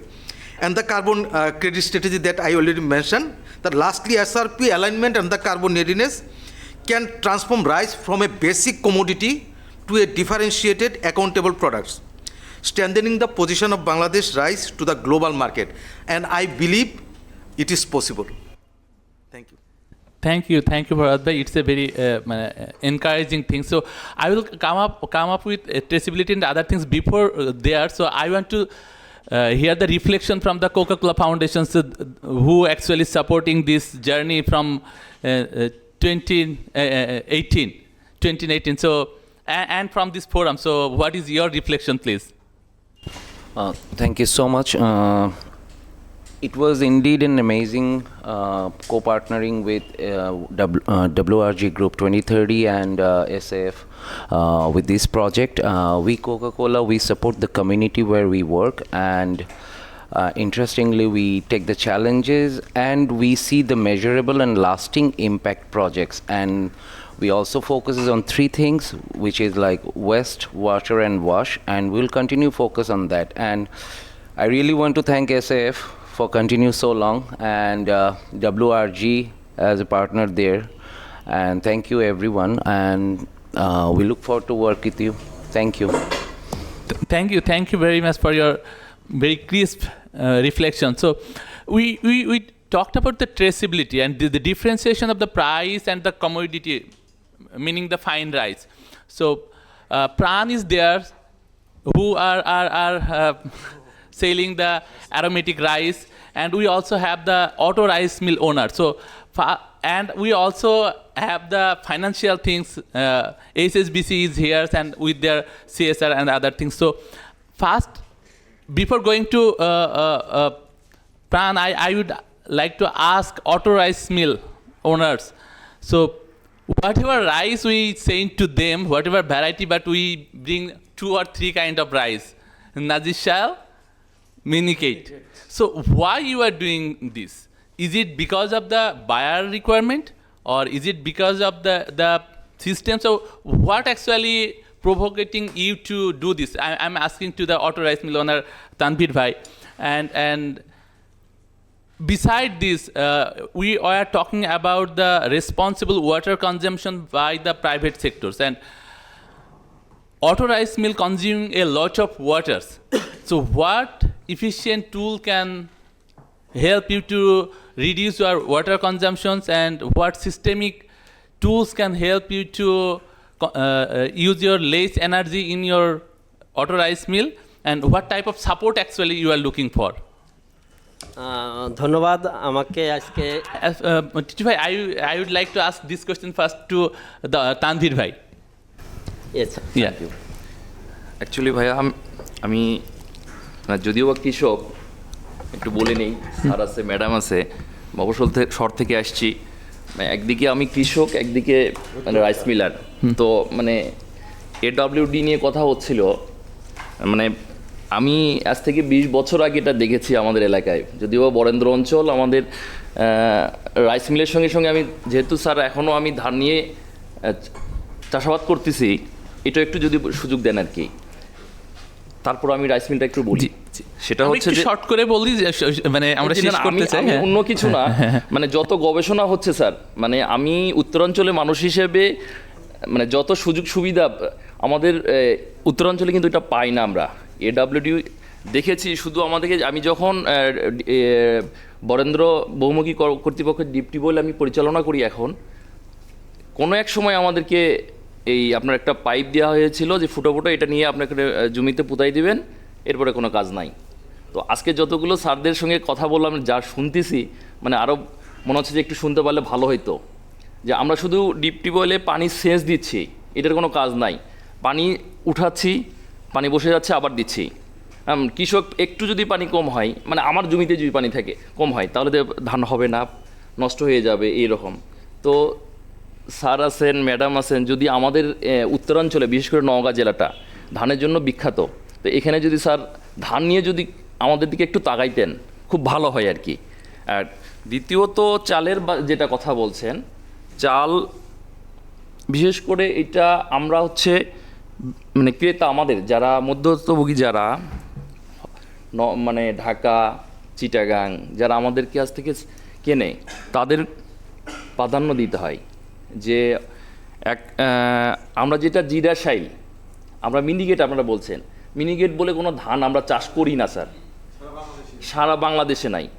যেমন 28টাকে আমরা আগে 28 পাইছি, 28টাকে আমরা polish করে দেখা গেছে, আমার সত্য কথা বলতে আপত্তি নাই যে মিনিগেট করতেছি। আমাকে বাইরে বলে দিচ্ছে যে আপনি মিনিগেট দিবেন 1 নাম্বার এইটা, মিনিগেট দিবেন এই বস্তাতে, মিনিগেট দিবেন এইটা। হ্যাঁ, 28টাকে আপনি মিনিগেট করেন, আবার যেটা হচ্ছে জিরা শাল সেটাকে মিনিকেট প্রিমিয়াম করে দেন আমাকে। হ্যাঁ, এইটা ওনাদের উপরে আমাদের নির্ভর করে, ওনারা যেটা বলবে সেটাকে আমাদেরকে দিতে হবে। এখানে জাস্ট কোশ্চেনটা যে একটা হচ্ছে যে এইটাকে কি করলে আসলে এটা চেঞ্জ হওয়া দরকার, মানে কি করলে এটা চেঞ্জ হবে। আসলে আমরা তো ডিফারেন্ট ভ্যারাইটি ডিফারেন্ট জায়গার থেকে পানি কম নিয়ে আমরা হচ্ছে যে ধান তৈরি করতেছি, আবার স্বাভাবিকভাবে ধান তৈরি করতেছে। সো এই দুইটার ডিফারেন্সিয়েশনের জায়গায় কি আপনাদের দিক থেকে কি কোনো করণীয় কিছু আছে, নাকি এটা মূলত বায়ারের উপরে নির্ভরশীল হবে? স্যার অ্যাকচুয়ালি বিভিন্ন সময় বিভিন্ন ধান আসতেছে, যেমন আপনার ঢাকার ম্যাক্সিমাম যারা ভোক্তা তারা চালটাকে চেনে না, তাদেরকে মার্কেটে বলে দেওয়া হয় যে এই চালটা খুব সুন্দর স্যার। যেমন আমাদেরকে বলা হচ্ছে যে আপনি এই চালটাকে আপনি এত ঘন্টা স্টিম করবেন। যেমন আমরা পানিকে রিডিউস করার জন্য আমরা কিন্তু কাটারিটা কয়েকটা চাল করতেছি, অ্যারোমেটিকের দিকে যাচ্ছি, আর একটা হচ্ছে পারবয়েল করতেছি, যেটা একটা এক সিদ্ধ, যেটা স্যার আপনারা আন্ডার বয়েল যেটা বলছেন, এটা কিন্তু এক সিদ্ধ। এখানে কিন্তু আমরা একবার সিদ্ধ করার জন্য যে ধান পানি লাগতেছে, যেটা হচ্ছে মিনিগেটে কিন্তু বেশি 2 বার সিদ্ধ করতে হচ্ছে। আমরা কিন্তু ওই দিকেও খেয়াল রাখতেছি। আর আরেকটা জিনিস, যদি আমরা পানিটাকে যদি রিসাইকেলিং করতে পারি, আমাদের পানি রিসাইকেলিং করলে পানি কিন্তু বেশি লাগবে না স্যার। মেন কথা হচ্ছে ওখানে রিসাইকেলিং। এখানে ইন্ডাস্ট্রিতে আপনার এই সিস্টেম করার জন্য কি অনেক বেশি মানে ফাইন্যান্স দরকার, নাকি না এটা হচ্ছে যে আপনারা করতে পারেন আসলে এই পুরো সিস্টেমটাতে কেন করতেছেন না, বা বেশিরভাগই করা হচ্ছে না? মানে এইটা আমাদেরকে কখনো বলা হয় না, আমরা নিজেরা এখানে তো কস্টিংয়ের বিষয় আছে, যে দেখা গেছে যে এখানে প্রায় আমাদের রিসাইকেলিং করলে আমাদের মানে সরকার থেকে প্ল্যানিং করে দেওয়া বা কোনো মানে অন্য কোনো সংস্থা থেকে বলা যে এটা আপনারা এইভাবে করলে এটা সুবিধা, আমরা কোনো দিন কোথাও দেখি নাই, বা আমাদেরকে কেউ সাপোর্টও দেয় নাই যে এটা আপনারা করতে পারেন, এটা হইতে পারে। Okay, thank you very much. So জি প্লিজ। ভাই যেই প্রশ্নটা করেছেন উনি অ্যাকচুয়ালি টেকনোলজি চাচ্ছিলেন, তো টেকনোলজির জন্য ওনাকে যেটা আমি ওনার মাধ্যমে সবার জন্য বলতেছি সেটা হলো যে আমি আজকেই জিজ্ঞেস করছিলাম যে স্মল গ্রেন অ্যারোমেটিক রাইস আমরা যেটা ব্রিদান 34 যেটা করছি, এটা প্রায় 2900 টাকা মন, মানে কেজি পড়ছে প্রায় 72-73 টাকা। It's a huge price. And mostly আমাদের যে অ্যারোমেটিক রাইসগুলি আছে সবগুলি আমন সিজনে হয় এবং সবগুলি লো ইল্ডেড।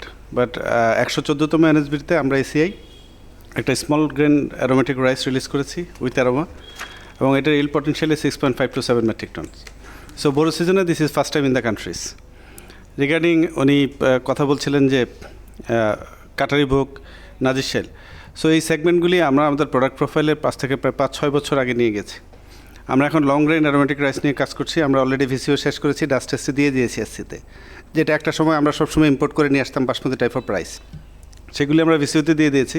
এবং ওখানে বাসমতি টাইপ অফ রাইসের একটা ভালো ট্রেড হচ্ছে elongation has to be double compare to the rice length. So আমরা প্রায় 1.8 টাইমসে চলে এসেছি। সো এইটা লোকাল মার্কেটে যে নিডটা আছে আমরা সেটা অ্যাড্রেস করে আমাদের প্রোফাইল ডেভেলপ করছি এবং সেই অনুযায়ী প্রোডাক্ট নিয়ে আসতেছি। তো সামনে হয়তো এই ভ্যারাইটিগুলি আপনারা পাবেন এবং আপনাদের চাহিদাগুলিকে মিট করতে পারবেন ইনশাআল্লাহ। Thank you. সো আমরা একটু শর্ট অফ টাইমের আছি, আমরা একটু হচ্ছে যে আর একটু শেষ করতে চাই। তা এই প্রসঙ্গ থেকে যদি টিটু ভাই আপনি যদি একটু হচ্ছে বলেন যে আপনি কন্ট্রাক্ট ফার্মিং করার সময় কি আসলে AWD প্রমোট করতেছেন কিনা, কিংবা আপনি যেই চালটা অ্যারোমেটিক চাল বাইরে রপ্তানি করতেছেন ওখানে অন্য দেশ সার্টিফিকেশন নিয়ে তারপরে চাল রপ্তানি করতেছে এবং সেখানে তারা বেটার প্রাইস পাচ্ছে। সো এই এরিনাতে আপনারা কিভাবে আরও মোর ইফিশিয়েন্ট হতে পারেন, বা এইটাতে ফার্মারদের সাথে কি কোলাবোরেশন দরকার, অথবা গভর্নমেন্টের সাথে কোথায় কোলাবোরেশনটা হলে, অথবা কোন ইনস্টিটিউটের সাথে কার কোলাবোরেশনটা বেটার হলে এইটাকে আরও নেক্সট মুভ করা যায়? ধন্যবাদ আপনাকে। আসলে আমাকে এখানে দাওয়াত দেওয়ার জন্য প্রাণের পক্ষ থেকে প্রাণ ঢালা অভিনন্দন জানাচ্ছি। সেটা হচ্ছে আপনারা জানেন বাংলাদেশের সর্ববৃহৎ কৃষি প্রক্রিয়াজাত কোম্পানি হচ্ছে প্রাণ আরফেল। আমরা 155টা দেশে এক্সপোর্ট করে থাকি। আপনারা জেনে খুশি হবেন যে আমরা ভাষাঞ্চল রোহিঙ্গা প্রজেক্টে গভর্নমেন্ট থেকে আমাদের 500 একর জমি দিয়েছে। আমরা গত 1 বছর ধরে ওখানে ধান চাষ করতেছি, মাছ চাষ করতেছি, ভেড়া পালন করছি এবং সাথে মহিষও পালন করছি।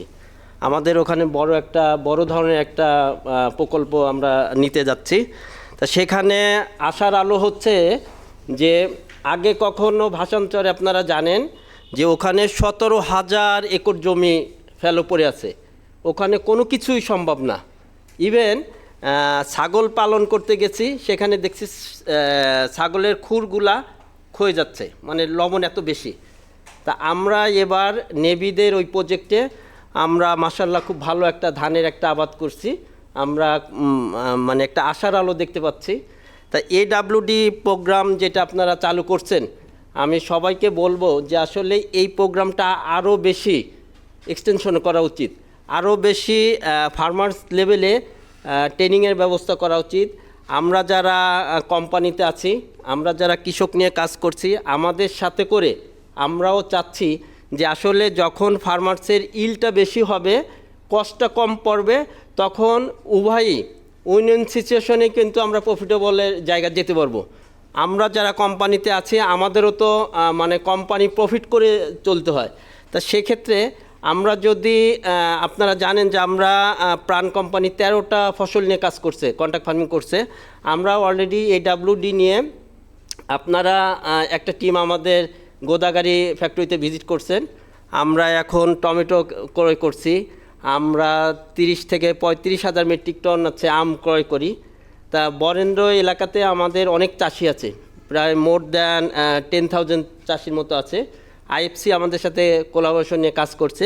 তা অবশ্যই আপনাদের এই প্রজেক্টটা মানে প্রশংসনীয় একটা প্রজেক্ট, যেখানে আমরা চেষ্টা করছি যে আমরা আমাদের চাষিদের ট্রেনিংয়ের মাধ্যমে আমরা এটা আরও ভালোভাবে আরও এক্সটেনশন কীভাবে করা যায় এবং হোপফুলি চাষিদেরকে আমরা এক্সট্রা নজরদারি দিয়ে আমরা এই মালামালগুলো আমরা ক্রয় করতে চেষ্টা করি। অ্যারোমেটিক রাইসের ক্ষেত্রে সার্টিফিকেশন SRPর যেই আমরা পাইলটিংয়ের কথা বলতেছি, যে SRP এরকম একটা সার্টিফিকেশন যেটা করলে যেমন গ্যাপ একটা সার্টিফিকেশন, সো SRPও এরকম একটা সার্টিফিকেশন যেটা ভ্যালু অ্যাডিশন করে।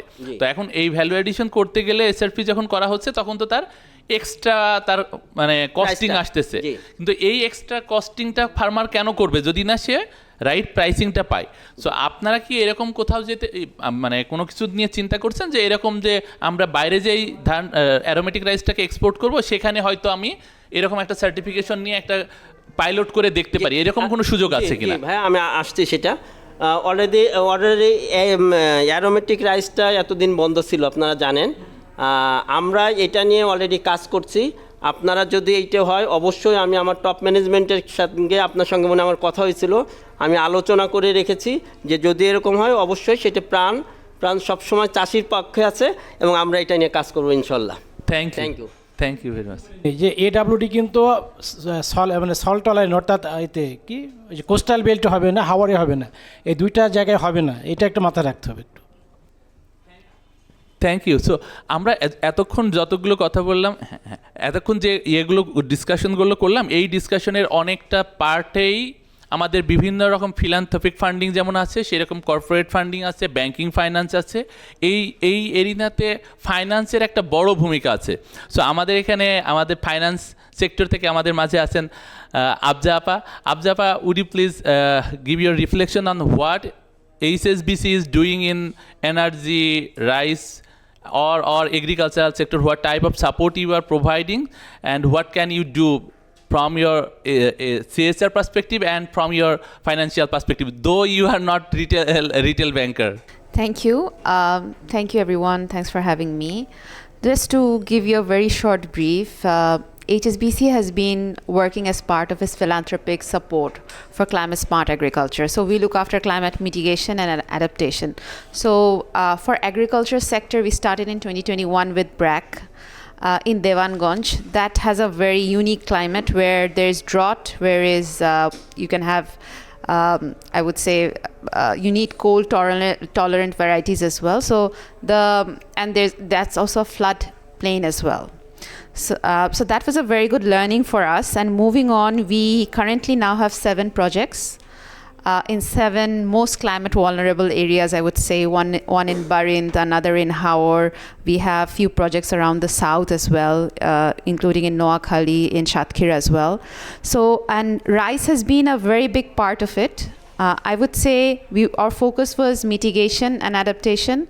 And as we know, agriculture plays a very good support for the farmers itself. On the other hand, it's one of the most emitting sectors. Rice is one of the most emitting sector as well. So we have been supporting SAF for around 2 years, and thanks to WRI for the introduction as well. And we also have partnership with IRI as well. So we are working in the Sylhet region in multiple capacities, and water efficiency is one of the core. Mitigation, mechanization is also one of the aspects as well. So in case if any of I would say ACI or PRAN, if you want to get engaged, it will be a good outcome. We want a sustainable outcome for our projects. So maybe those farmers are well trained. They have the AWD technology. Even our support on training is also going on. So this will be a good effort from our side. And apart from that, supporting nature is also a core strategy for us. So I'm not going long. The effort is required from all sectors together, and especially to support the end users and the buyers itself. So happy to connect after this in case of any kind of collaboration. Thank you. Thank you, Appa. Thank you very much for your reflections. And we are almost end of these sessions, but before ending, sir, I definitely I would take the comments from the Ministry of Agriculture. But before going there, Apple Bhai has some reflection. One very quickly, 1 minute, Apple Bhai. I have missed one thing. How the private sector and government sector can be integrated regarding climate smart rice production. Right now, we are working with some development partners and with some business organization, international business organization also, and with prior approval of Ministry of Agriculture. That's why I'm inviting all the private sectors. If they have social and environmental responsibility and they have some budget, we are ready to cooperate with our expertise to do something togetherly. And if they have a proper business model like the government organization, company and contract growing farmers, they can add value in case of rice, because I know Vietnam already exported low carbon rice to Japan at a higher price, right, in the last year. So it's a huge scope. We have a huge scope that we can create a new brand called low carbon rice from Bangladesh. Thank you. So it's a really, it is not that much ambitious. It is actionable. So we should start somewhere at some point. So from the Ministry of Agriculture, so you have heard all these points, and here are few policy components, few action relevant, few collaborations, few private sector empowering. So together, so I'm not I'm not asking any specific question to you, rather say great reflections how we can collaborate together. Thank you very much. চমৎকার discussion হলো, শুনছি, অনেক কিছু জানছি। তো আমি এই বিষয়টা স্টাডি করে যেটা দেখলাম সেটা হচ্ছে যে AWDতে 30% পানি সাশ্রয় আর 48% কম মিথেন গ্যাস এমিশন হয়। তো এটা একটা খুব ইম্পর্টেন্ট বিষয়।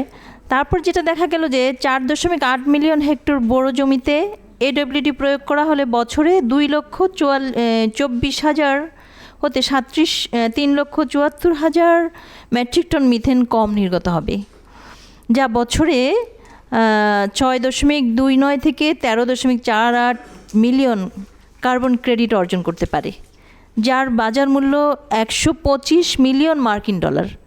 মানে হিউজ আমাদের হতে পারে যদি আমরা সেভাবে আগাতে পারি।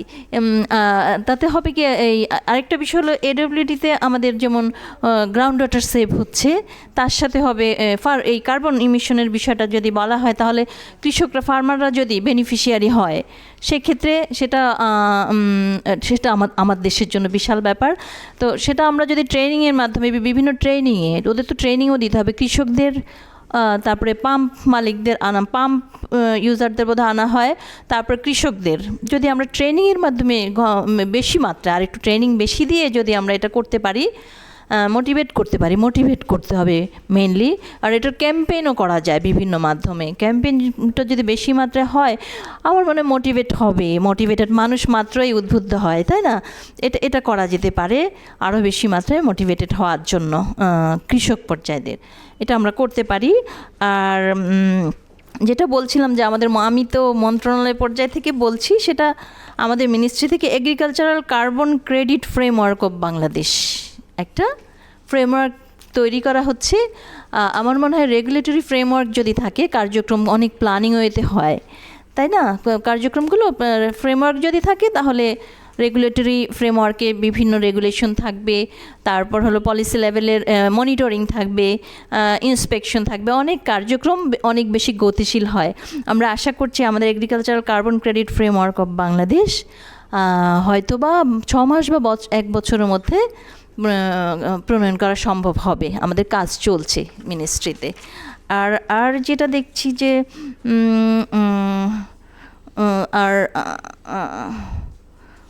তারপর স্যার যেটা বললেন যে কার্ড সিস্টেম যে কাজ করছে, বেশিরভাগ হলো প্রাইভেট পাম্প অপারেটররা হলো কাজ করছে।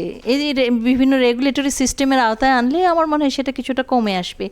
আরেকটা বিষয়, কার্বন এডব্লিউডি কার্যকরী করতে গেলে, এক্সটেন্ড করতে গেলে, আমাদের দেশে এখন বর্তমানে যেটা 20,000 হেক্টর জমিতে চলছে পার্টনার প্রকল্পের আওতায়। আমাদের কৃষি মন্ত্রণালয়ের 3টা ডিপার্টমেন্ট কাজ করছে, বিএডিসি, ডিএই এবং বিএমডিএ। 20,000 হেক্টরের উপর কাজ করছে, কিন্তু আমাদের টার্গেট 2028 সালের মধ্যে 1 লক্ষ হেক্টর, এটা আলোচনা হয়েছে আমি জানি। তো এত জমিতে যখন হবে, আমাদের নিশ্চয়ই কার্বন ক্রেডিটের পসিবিলিটি বাড়বে আরও। সেক্ষেত্রে কার্বন কোয়ান্টিফাই করার মতো টেকনোলজি তো আমাদের দেশে নাই এখনও। তো সেই ক্ষেত্রে সেই জন্য আমাদের কিন্তু বিভিন্ন প্রাইভেট সেক্টর ডেভেলপমেন্ট পার্টনারদের সহযোগিতার প্রয়োজন হয় আমার কাছে মনে হচ্ছে। আর এটা আমার মনে হয় জরুরি। শুধুমাত্র গভর্নমেন্টের পক্ষে এটা অনেক দূর এগিয়ে নিয়ে যাওয়া সহজ হবে না। সেক্ষেত্রে প্রাইভেট সেক্টর এবং ডেভেলপমেন্ট পার্টনারদের সহযোগিতা হলে সহজ হবে, কাজ আরও গতিশীল হবে। আর সবচেয়ে বেশি জরুরি সেটা আমাদের স্যার যেটা বললেন যে ইনসেন্টিভস যদি দেওয়া যায়, তারপরে কার্ড সিস্টেম, এগুলো যদি চালু করা যায়। স্যার একেবারে পিন পয়েন্ট, একেবারে এই বরেন্দ্র এলাকায় চিফ হিসেবে কাজ করছেন। স্যারের এ বিষয়ে অভিজ্ঞতা অনেক বেশি। স্যার হয়তো আরও কিছু ইনস্ট্রাকশন দিবেন, স্যারের ইয়েতে আছে, সেটা আমি জানি। তো আমার কাছে মনে হচ্ছে আমরা সেই সব কিছু নিয়ে, সবাইকে নিয়ে, আর এই কার্বন ক্রেডিট নিয়ে তো কাজ করছে পরিবেশ জলবায়ু মন্ত্রণালয় কাজ করছে। আমাদেরও পলিসি হলে আমরা কাজ করবো। আর এডিবির সাথে আমরা ক্লাইমেট রেজিলিয়েন্স, তারপরে হলো যে সাস্টেনেবল রাইস প্রোডাকশন, এগুলো নিয়ে তো আমরা কাজ করছি এডিবির সাথে। প্ল্যানিং পর্যায়ে আছে প্রজেক্টগুলো। আমার মনে হয় আমরা আরও ভালোভাবে এগিয়ে যেতে পারবো সাস্টেনেবল রাইস প্রোডাকশনে। আর এডব্লিউডি টেকনোলজিটি আরও প্রফিটেবল হলে অবশ্যই স্কেল আপ হবে আশা করছি। Thank you very much. জি, আসসালামু আলাইকুম। Thank you very much. So before ending, our intention was form a coordinated framework or a platforms. So we will get the reflection on that from the Sita Tapa. Before going to Sita Tapa, I am just taking some notes from BMDA. Please, sir. Okay, thank you. আমি just সংক্ষেপে বলছি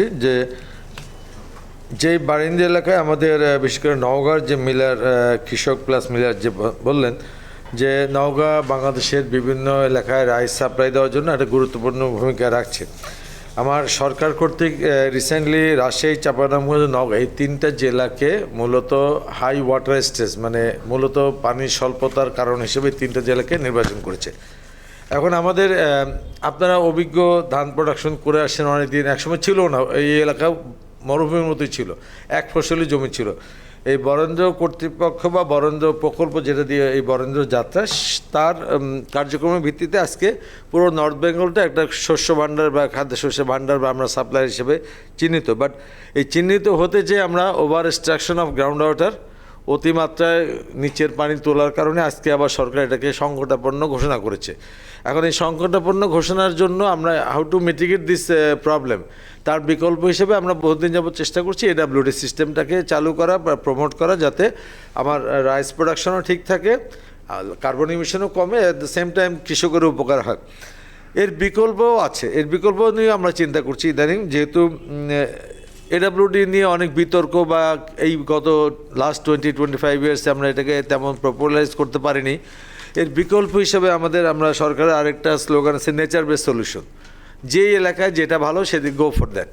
তো সুতরাং আমি যখন দেখব যে আমার এই 3টা এলাকায় রাজশাহী, চাঁপাইনবাবগঞ্জ, নওগাঁ, যেখানে ওয়াটার সংকটাপন্ন, ওয়াটার স্ট্রেস হিসেবে সরকার ডিক্লেয়ার করেছে, এখানে আমরা ধান করার পরিবর্তে তো অন্য ফসলও করতে পারি, যেখানে আমার পানির স্বল্পতা কম লাগে, লাইক ভুট্টা, লাইক আমার অন্য কি লিখলাম, ভুট্টা আছে, গম আছে, গম, ভুট্টা, ডাল, হ্যাঁ, যেগুলোর কমার্শিয়াল ভ্যালু বড়োর চেয়েও বেশি, হ্যাঁ, কিন্তু আমার পানি লাগবে কোনোটায় 1/10, কোনোটায় 1/5, কোনোটায় 1/4।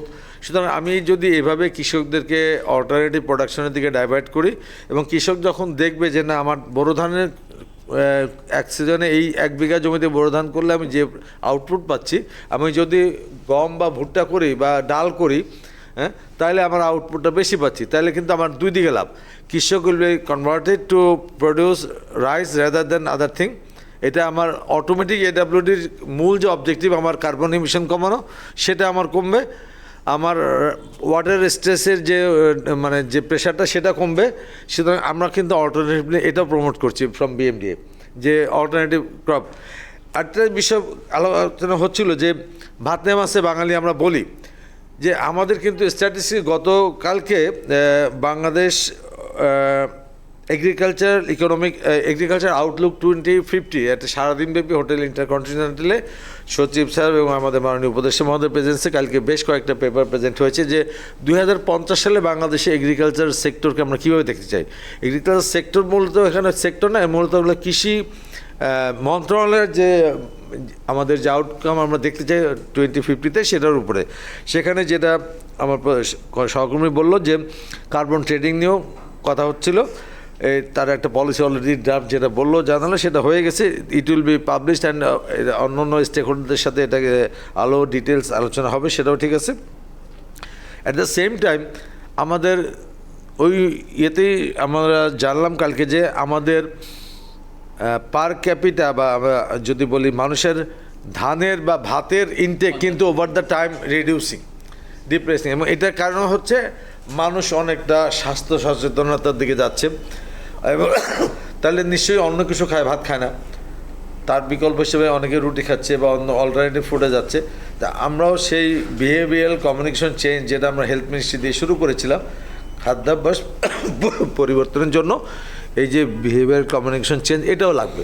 কারণ আমরা শুধুমাত্র ভাতের উপরে ডিপেন্ডেন্সি যদি কমাতে পারি, ডেফিনেটলি যেটা এক্সপোর্টের জন্য সেটা আলাদা ইস্যু, বাট আমাদের সাধারণ মানুষের যে ইনটেকের জন্য যে আমাদের ভাতের যে চাহিদা ডিম্যান্ড, সেটা কিন্তু আস্তে আস্তে কমছে দেশে, এবং সাথে সাথে গম এবং অন্যান্য ইয়ের উপর বাড়ছে। সুতরাং আমি কৃষককে যদি বিশেষ করে বারিন্দের এই 3টা অঞ্চলে যে যদি বড় ধানের পরিবর্তে ওই সিজনটায় পানির কনজামশনকে স্ট্রেসটা কমাতে চাই, তাহলে এই বিকল্প যে কয়েকটা ফসলের কথা বললাম যেগুলো much more valuable than paddy, এবং কৃষক এগুলো বিক্রি করলে যদি দেখবে যে এখন তার অটোমেটিক তার ইয়ারলি ইনকাম বেড়ে যাচ্ছে, তখন সে ডেফিনেটলি শিফট করবে। সেটার জন্য আমার BADCর কলিগদেরও আমার একটু সাপোর্ট লাগবে, আমার বারিন্দের যারা আছে তাদেরও সাপোর্ট লাগবে, ব্যাংক থেকেও যারা বলছে সেটাও লাগবে, এবং এইটার জন্য কৃষকদেরকে এই মোটিভেট করার জন্য একটা ভালো সিস্টেম হতে পারে, এটা আমার একান্ত ব্যক্তিগত মতামত। সরকার কে প্ল্যান করছে আমি এখনও জানি না, আমি আগেই বলছিলাম আমি এই সেক্টরে একদমই নতুন। বাট আমার পার্সোনাল ওপিনিয়ন হলো আমরা বিভিন্ন যে ইনসেন্টিভ দিই ফার্মারদেরকে, সেই ইনসেন্টিভ হিসেবে এই অল্টারনেটিভ ক্রপ যদি কেউ করে তাদেরকে বিনামূল্যে বা স্বল্প মূল্যে আমরা যদি এই বীজগুলো সরবরাহ করতে পারি, farmer will be much more motivated. এবং এইভাবে কিন্তু আমরা এই AWDর বিকল্প হিসেবেও প্রোডাকশন বাড়াতে পারি, কৃষকের বেনিফিট লাভ এনশিওর করতে পারি, অ্যাট দ্য সেম টাইম পানের উপরে আমাদের লোডটা কমাতে পারি। এভাবেই বিকল্প চিন্তাও করতে হবে আমাদের ন্যাচারাল বেস সলিউশনের জন্য চিন্তা করতে গেলে। ধন্যবাদ সবাইকে। Thank you very much sir. এই প্রশ্নটা অনেকবারই আসছে যে ধানের পরিবর্তে অন্য কিছু করা যায় কিনা, আবার ঠিক সেম টাইম আর একটা কোশ্চেন আসছে যে ওই অঞ্চলটাই প্রাকৃতিক দুর্যোগ মুক্ত, এখানে হচ্ছে যে কোথাও ফুড সিকিউরিটির কথা চিন্তা করলে সেখানে আবার আমরা এখানে কি করব, এই একটা ডিলেমা সবসময় আছে যে বোরো সিজনে বোরো রাইস, বাংলাদেশের যে টোটাল বোরো রাইস তার 35 থেকে 40% রাইস আসে হচ্ছে যে এই বরেন্দ্র অঞ্চল বা এই রিজিয়ন থেকে। সুতরাং এই দুইটার ব্যালেন্সের কোথাও আমাদের একটা জায়গায় যেতে হবে, তো সেইটা হয়তো আমরা ডেফিনেটলি আমাদের চিন্তার বিষয়ে আছে। আমি এখন যেই জায়গাটাতে যেতে চাই যে মাল্টি স্টেক হোল্ডার প্ল্যাটফর্ম কিংবা এগ্রি ওয়াটার স্ট্রিম যেটা আছে, যেটা WRG হোস্ট করতেছে, সো সেখান থেকে এরকম মাল্টি স্টেক হোল্ডার প্ল্যাটফর্মের আন্ডারে যদি এই রাইস নিয়ে যদি আলাদা কোনো প্ল্যাটফর্ম করা যায়, অথবা এরকম কোঅর্ডিনেশনের কী ধরনের ফ্রেমওয়ার্ক করা যেতে পারে, WRG এখানে কোনো ভূমিকা পালন করতে পারে কিনা, অথবা এটাকে কে লিড করতে পারে, কে চালাইতে পারে, কিভাবে এটাকে can be more sustainable for rice production, সেইটার জন্য যদি মানে কোনো আপনাদের এক্সপিরিয়েন্স থেকে যদি আমাদেরকে একটু বলেন। Thanks, Rauf Bhai. Based on our experience in terms of facilitating the agricultural water work stream, we see that there is a lot of work that we have tried to catalyze, but there also remains a lot that needs to be done. So, in any kind of cross-sectoral platform, if we want to particularly focus on expansion of climate-smart rice, what are the key things which are required? So if we just going to be focusing on the implementation issues, so definitely there is the issue of capacity building, creating assurance, creating shared responsibility model. We also have to have a very coordinated mechanism for extending irrigation services and other agroeconomic technologies. And first thing, and also most important, which is coming up again and again, is implementation of a standard MRV and data architecture. We are continuously talking about data digitalization for agriculture, and most importantly, anything that is not linked with a proper financing mechanism and also market integration. So looking at all these different responsibilities, we can sort of understand that there are different stakeholders who has specific roles in this. On one side, definitely we need the help and cooperation from our government. This kind of institutional mechanism cannot function without their strong patronage. But on the other hand, we need community, we need our private sector, we need our agribusiness companies, we need financial institutions, we need think tanks, we need academias. So it has to be a cross-sharing of responsibilities where everyone comes together to promote the betterment of our environment in future. So as part of WRG, we have been providing this support on a pro bono basis. I would say we have not been able to, we have not created any kind of funding mechanism for this. But going forward, to create a sustainable pathway, I would welcome today's discussion as an opportunity to see whether we can sort of develop this from as a contribution coming in from our different sort of stakeholders as well as our development partners, where people can join together to come forward with their own contributions, which is also related to their own KPIs. Those who are working on irrigation sector, irrigation business, they can think of how they can also support the wider community needs as well as the financing organizations. For example, I absolutely welcome and thank Afzapa for her suggestion. Like, we are happy to extend support for any kind of initiatives which are already showing good track results, right? So these are the sort of small issues which this particular coordination platform can play a matchmaking role for. So let's keep this as a food for thought for future and next course of discussion. We will be definitely reconvening on this, and thank you so much again. Thank you. Thank you very much, everyone. So we talked a lot. 2 hours and few minutes we talked together. So we many suggestions come here. DAE suggested for coordination meetings before season or among the stakeholders. BRRI suggest about the MRV national determined plan and their carbon factors determinations. PKSF talked about more research on why it is failing and why it is not adapting by the farmers. That root cause we need to find it out. And then BADC, they come up with a very good suggestions. ADB not need to be very scientifically proven scientific things, rather it need to be the habituated by farmers, not like the state line rice transplantations. Rather it's a line plantation which already farmer adopted. Similarly, we need to adopt the AWD. ACI talk about many things, promoting the AWD, including their promotional materials. World Bank give the good suggestions from other countries. ADB come up with their research and new project development with new technologies and laser land leveling and other technologies. So everyone gives a lot of suggestions. We have listed all those things. We hope we will be soon publish a supplement and we will share with you. And thank you for this. We hope this will be helpful for the country to get few very important informations about these sustainable rice production systems, and together so we want to build our country and our nature keep safe for all. Thank you very much for coming, and thank you again from our host WRG, SAF and World Bank.